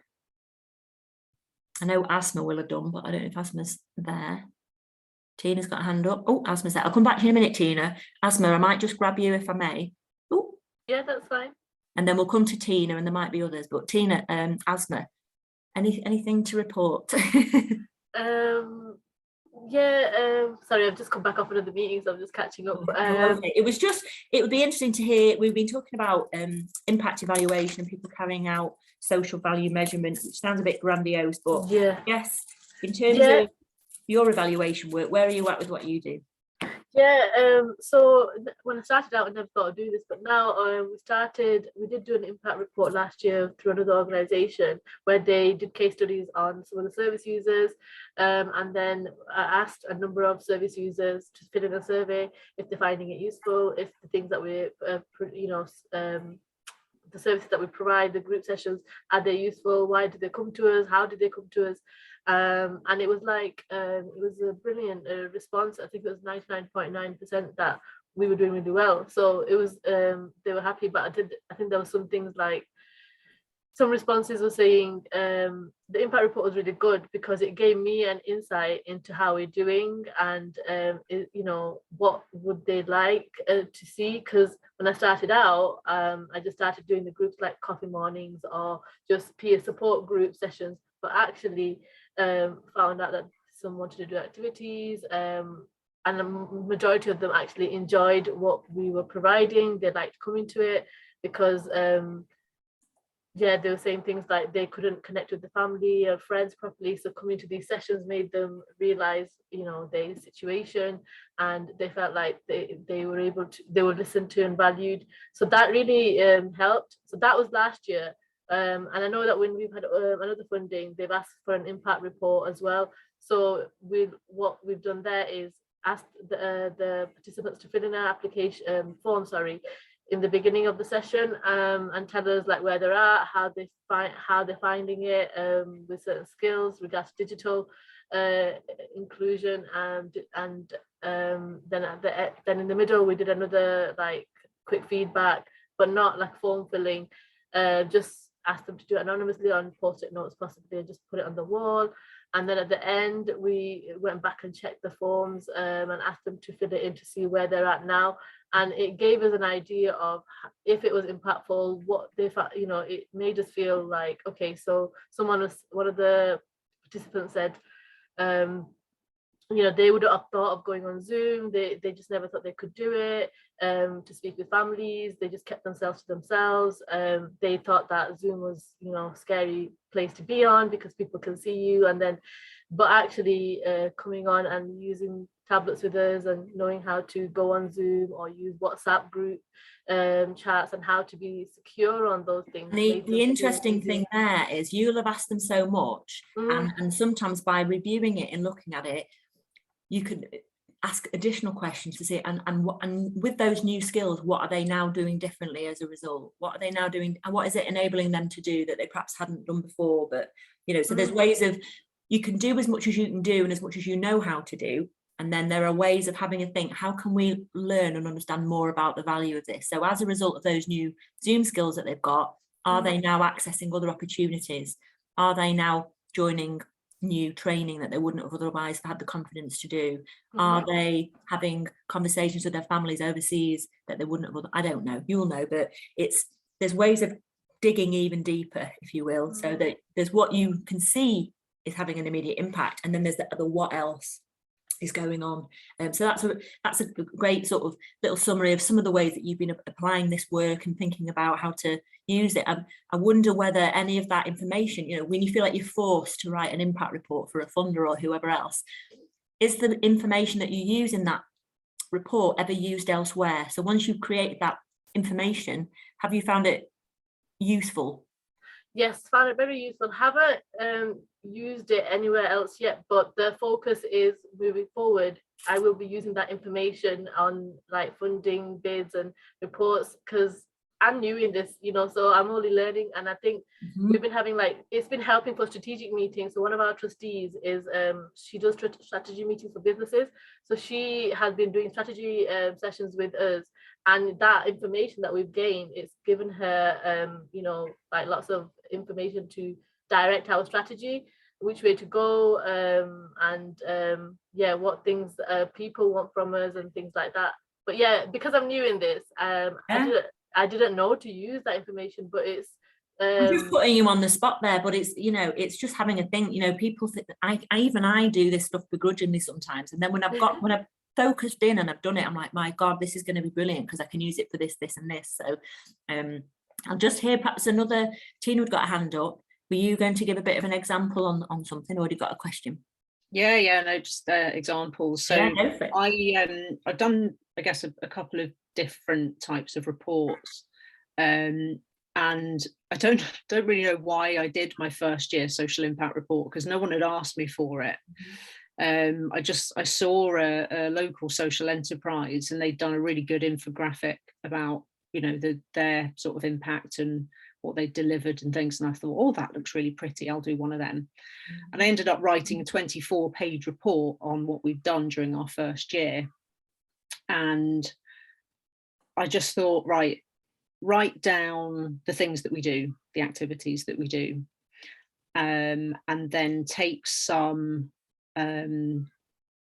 quotes and take some figures, because every time we did an online social or, you know, some sort of event, I had a SurveyMonkey survey that I sent out. So then I had some facts and figures, and I also had some quotes. So, you know, for example, the helpline was the very first thing that we started off with, and we had one caller, and still only have one caller. Those phone calls have turned into a weekly walk, but as a result, you know, the quote that we got there was, "Forward has literally saved my life during lockdown." I didn't turn, because I didn't know at the time, I didn't turn any of these things into value or impact. It was, what have we done? You know, it was kind of the first part of the impact reporting, but not, you know, as a result, this has happened kind of thing. It was just, what have we done, and how did people feel about it? And then I stuck a bit of a financial report in there as well. And then a second report that I did, so for LGBT History Month last year, I had funding from 6 different funders, which was a nightmare. But so at the end of the month, once I'd paid everyone and got all the feedback, and we took pictures, it was all online stuff. I then sent a report to each of the funders to say, this is a breakdown of what we spent your money on. You know, it was a plastic shed workshop, for example, and here are some photos and some quotes of the people that came along. So yeah, it was a good, and you know, I'm just about to start my second year one that's going to be based on, kind of just going to be based on the first one that I did. So, you know, what are we doing? How many people are involved? And we'd gladly have a look at that with you, Tina, and just see if there's ways that we can easily and quickly think of ways to strengthen that, or some short circuits to some additional value data. There might be ways of thinking that through. So thank you. Yeah. I know I want you all to have a lunch break, so I'm just going to explain a few slides before we take a little break, and just so that when you look back over them, they make sense. So this particular slide here is just starting to help you to think about, and I'm not expecting you to read this now, but helping you to think about how different organisations might do this or approach this. Yeah. So we've got 4 examples of different kinds of organisations. You can Google at your leisure. They're all different company structures, and so that's sort of just pointing out anyone can do this. It's not a set thing for only charities do this or only whoever's do this. Even if you're an independent consultant, doing this is key to gathering the data you need for marketing, evidencing, reporting back to people, and, you know, demonstrating what you're doing, getting that trust and legitimacy around the impact and value of what you're doing. I've given some examples in this slide of who direct customers and direct beneficiaries are, because they're not always the same people, as you'll see. Who's paying? Direct customers are paying these people to deliver certain things, certain products and services, and the beneficiaries are benefiting from them. And they're in that, it's giving a feel for who are the indirect beneficiaries in each of these cases, just so in case it sparks some thinking for you on who's an indirect beneficiary that you might not have thought of linked to your organisation, and are you talking to them? Do you weave them into your impact measurement processes?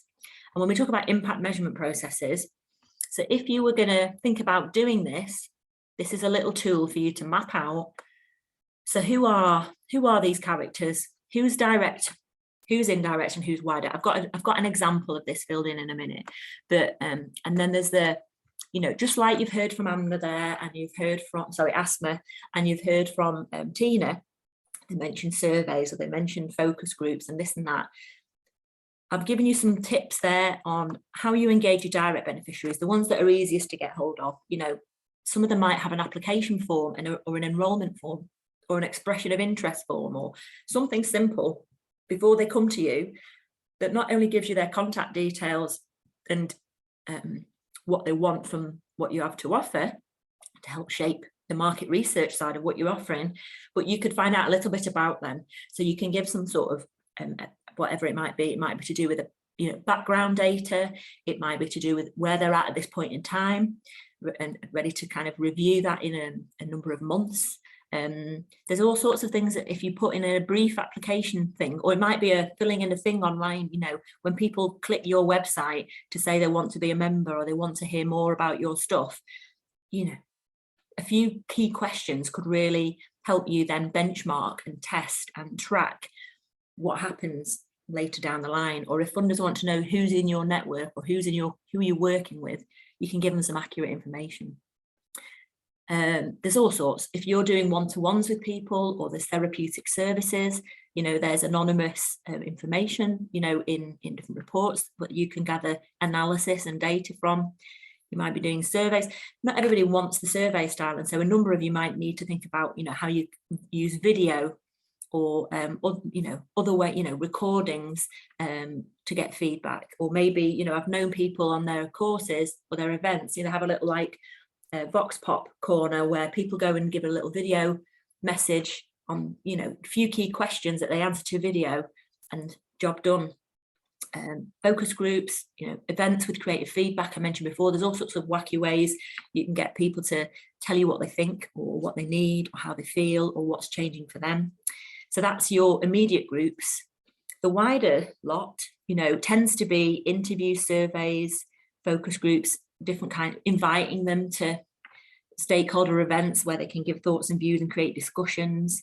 Just depends what you've got budget or interest or capacity to do, or who you want to bring in to help. And again, the wider lot, people who might be less connected to what you do, you might be running focus groups, you might be doing interviews with them. Or quite often what's the case with this wider group is there's already a lot of market intelligence or strategic reports. There's already existing data, which we're going to come to after lunch. There's a lot of existing data out there. So you never even need to speak to the head of Mind UK, or you never need to speak to your local MP, or you never need to speak to the head of the work and skills team at the council, or the head of the GMCA for the particular area of work that you need, because they're churning out reports left, right and centre telling you statistics and data and, you know, what's going on. So that, as I say, it's a tool to go away and digest and have a think about and look at how you might put some processes in place to help you to do this in a way that's meaningful. I'm just flashing up an example. So Down syndrome was one of the examples on that table that we just had, showing you here who their direct beneficiaries are, and you know, and how they're getting involved in their organisation, showing you who their indirect ones are and who the wider ones are. And it's telling you, if, you know, when they've done their social value work, you know, they've got application forms that their dancers fill in before they come, and they can benchmark certain things from that. And there's people coming to events that they can do surveys with, or you know, video capturing at the end of an event and these sorts of things. They can invite any of these people to a focus group maybe once a year, you know, or they run a fun event and they happen to be running some conversations within that event. It's a focus group. Likewise, the same goes for, you know, there's various methods, you know, that can go on with all the other elements. That the last bit that I want to mention before we almost break for lunch is, what do you ask these people? And really, it's not that hard, you know, particularly when you're first starting out with this. Less is more. And all as you wanted to say, you know, what do you get involved with? So you're tracking what have people accessed to help marry up with what you expected your outputs to be. You're asking them, you know, what's been of most value? What have they enjoyed most? That's all you have to ask them. And then you're going to ask them, is there anything that's changed for them, or are there anything they're doing differently now as a result of coming to your stuff or getting involved or whatever's going on for them. And has anything, you know, changed or improved for them in any way? You can prod and poke a little bit further than that, depending on who they are, you know, what you know, and if there's a particular, you know, you might want to know more about their health and well-being, or you might want to know more about their sort of financial status and, you know, increased economic independence, or you might want to know more about whether or not things have improved, you know, for someone's children at school, or, you know, whether people have had less contact with such and such a body. But you know, be that them, you know, police systems or health systems or whatever. In a one-to-one interview, you can get quite a bit from that, and even in surveys, depending on how things are asked. So it's just giving you a feel for that. And then when it comes to the wider world, because you might not know these people too well, or they're a bit more detached from your day-to-day, similar questions, you know, are they aware of what you do? How, you know, what do they know about you? When did they first come across your organization? What do they value about what you do? Maybe, you know, what are the positive impacts that they've observed? It might be questions, or, you know, how does the impact, you know, compare to other services? So how does your service compare to others that they might have been linked to? You know, if they're either funding other organizations, or if they've got family members accessing other services, how do you compare? Those are the sorts of things that you'd be wanting to find out. And even if you just start with, you know, 5 or 6 interviews, or 6 to 12 interviews in the next year, it depends what your sort of numbers are like in terms of people, but realistically 6 to 12 interviews and around 30 people completing some sort of survey, or having, you know, a handful of people at a focus group or 2. These are the sorts of numbers and the sorts of scenarios that people create in order to get robust enough information out and back. So lots to think about there. And we're going to break for lunch, but I'm going to just leave us with this slide here, so we get a good half-hour break or more, where it's just reminding you that you can do a lot of this stuff. I know it's an extra job, but if you buddy it up with other things, if you needed to build relationships with your attendees anyway, and have them feel valued and listened to, and that they're shaping services, you know, it's worthwhile. If in addition to finding out this social value stuff, you're also gathering some market intelligence and helping make sure that what you're designing is exactly fit for purpose, and people are going to, you know, be part of it, it's worth doing. And if having this information is going to give you new and up-to-date information to put into whatever funding bids, improve your marketing on your website, or reach new audiences, it's worth doing, you know. So anything in Lilac is things that you can do or might be doing. Yeah. And so there's nothing stopping you other than time and money and, you know, energy and perhaps a bit of support, doing, you know, your stakeholder mapping, you know, and engaging them, thinking about the different techniques that you might use, you know, any of those techniques that are at your disposal to a greater or lesser degree. I put evaluation forms with a big question mark there. It's because most people's evaluation forms are a load of rubbish and don't really tell them an awful lot. They pick up a template and they don't make it fit their own audience, or it might tell them bums on seats and who turned up and whether or not you had a nice lunch, but it certainly doesn't give you any social value data. So talking to somebody about how to strengthen and improve your existing evaluation forms is usually advisable. You only need 2 or 3 things and it could be so much better than it probably already is. And then analysis and communication, you know, you can, you know, quotes and testimonials, something you probably already got, case studies and how you structure those, having video clips and things on social media, there's all sorts. And starting to think about, you know, the kinds of statistics like Asma mentioned, 90% said this, 70% said that, you know. We've got heaps of, we could share with you our impact report. In fact, I'll do it.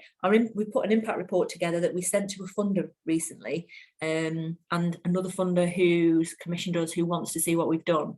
And there's a load of impact data for the Time to Grow programme. So it'll be interesting for some of you to see that anyway. I'll share that as an example of how we've broken things down and then summarised and communicated things. But last but not least, it's, you know, people do need some support for this sometimes, and at the early stages it can be hard. You know, well done to you for getting on this training and starting to digest this, or starting to use it to refine and improve what you're doing. But people like me and Nikki, Dickens, Shelley, various other people that we work with can support, you know. And I would say the point at which you need some support is if you need training, if you're not confident or you don't know how to run stakeholder engagement events, or need some help facilitating things, if you're trying to produce a report and you need to know how to best structure it and that sort of thing. If you want specialist support to cost up and do some you know, cost analysis against, you know, what is the cost saving to what you're doing.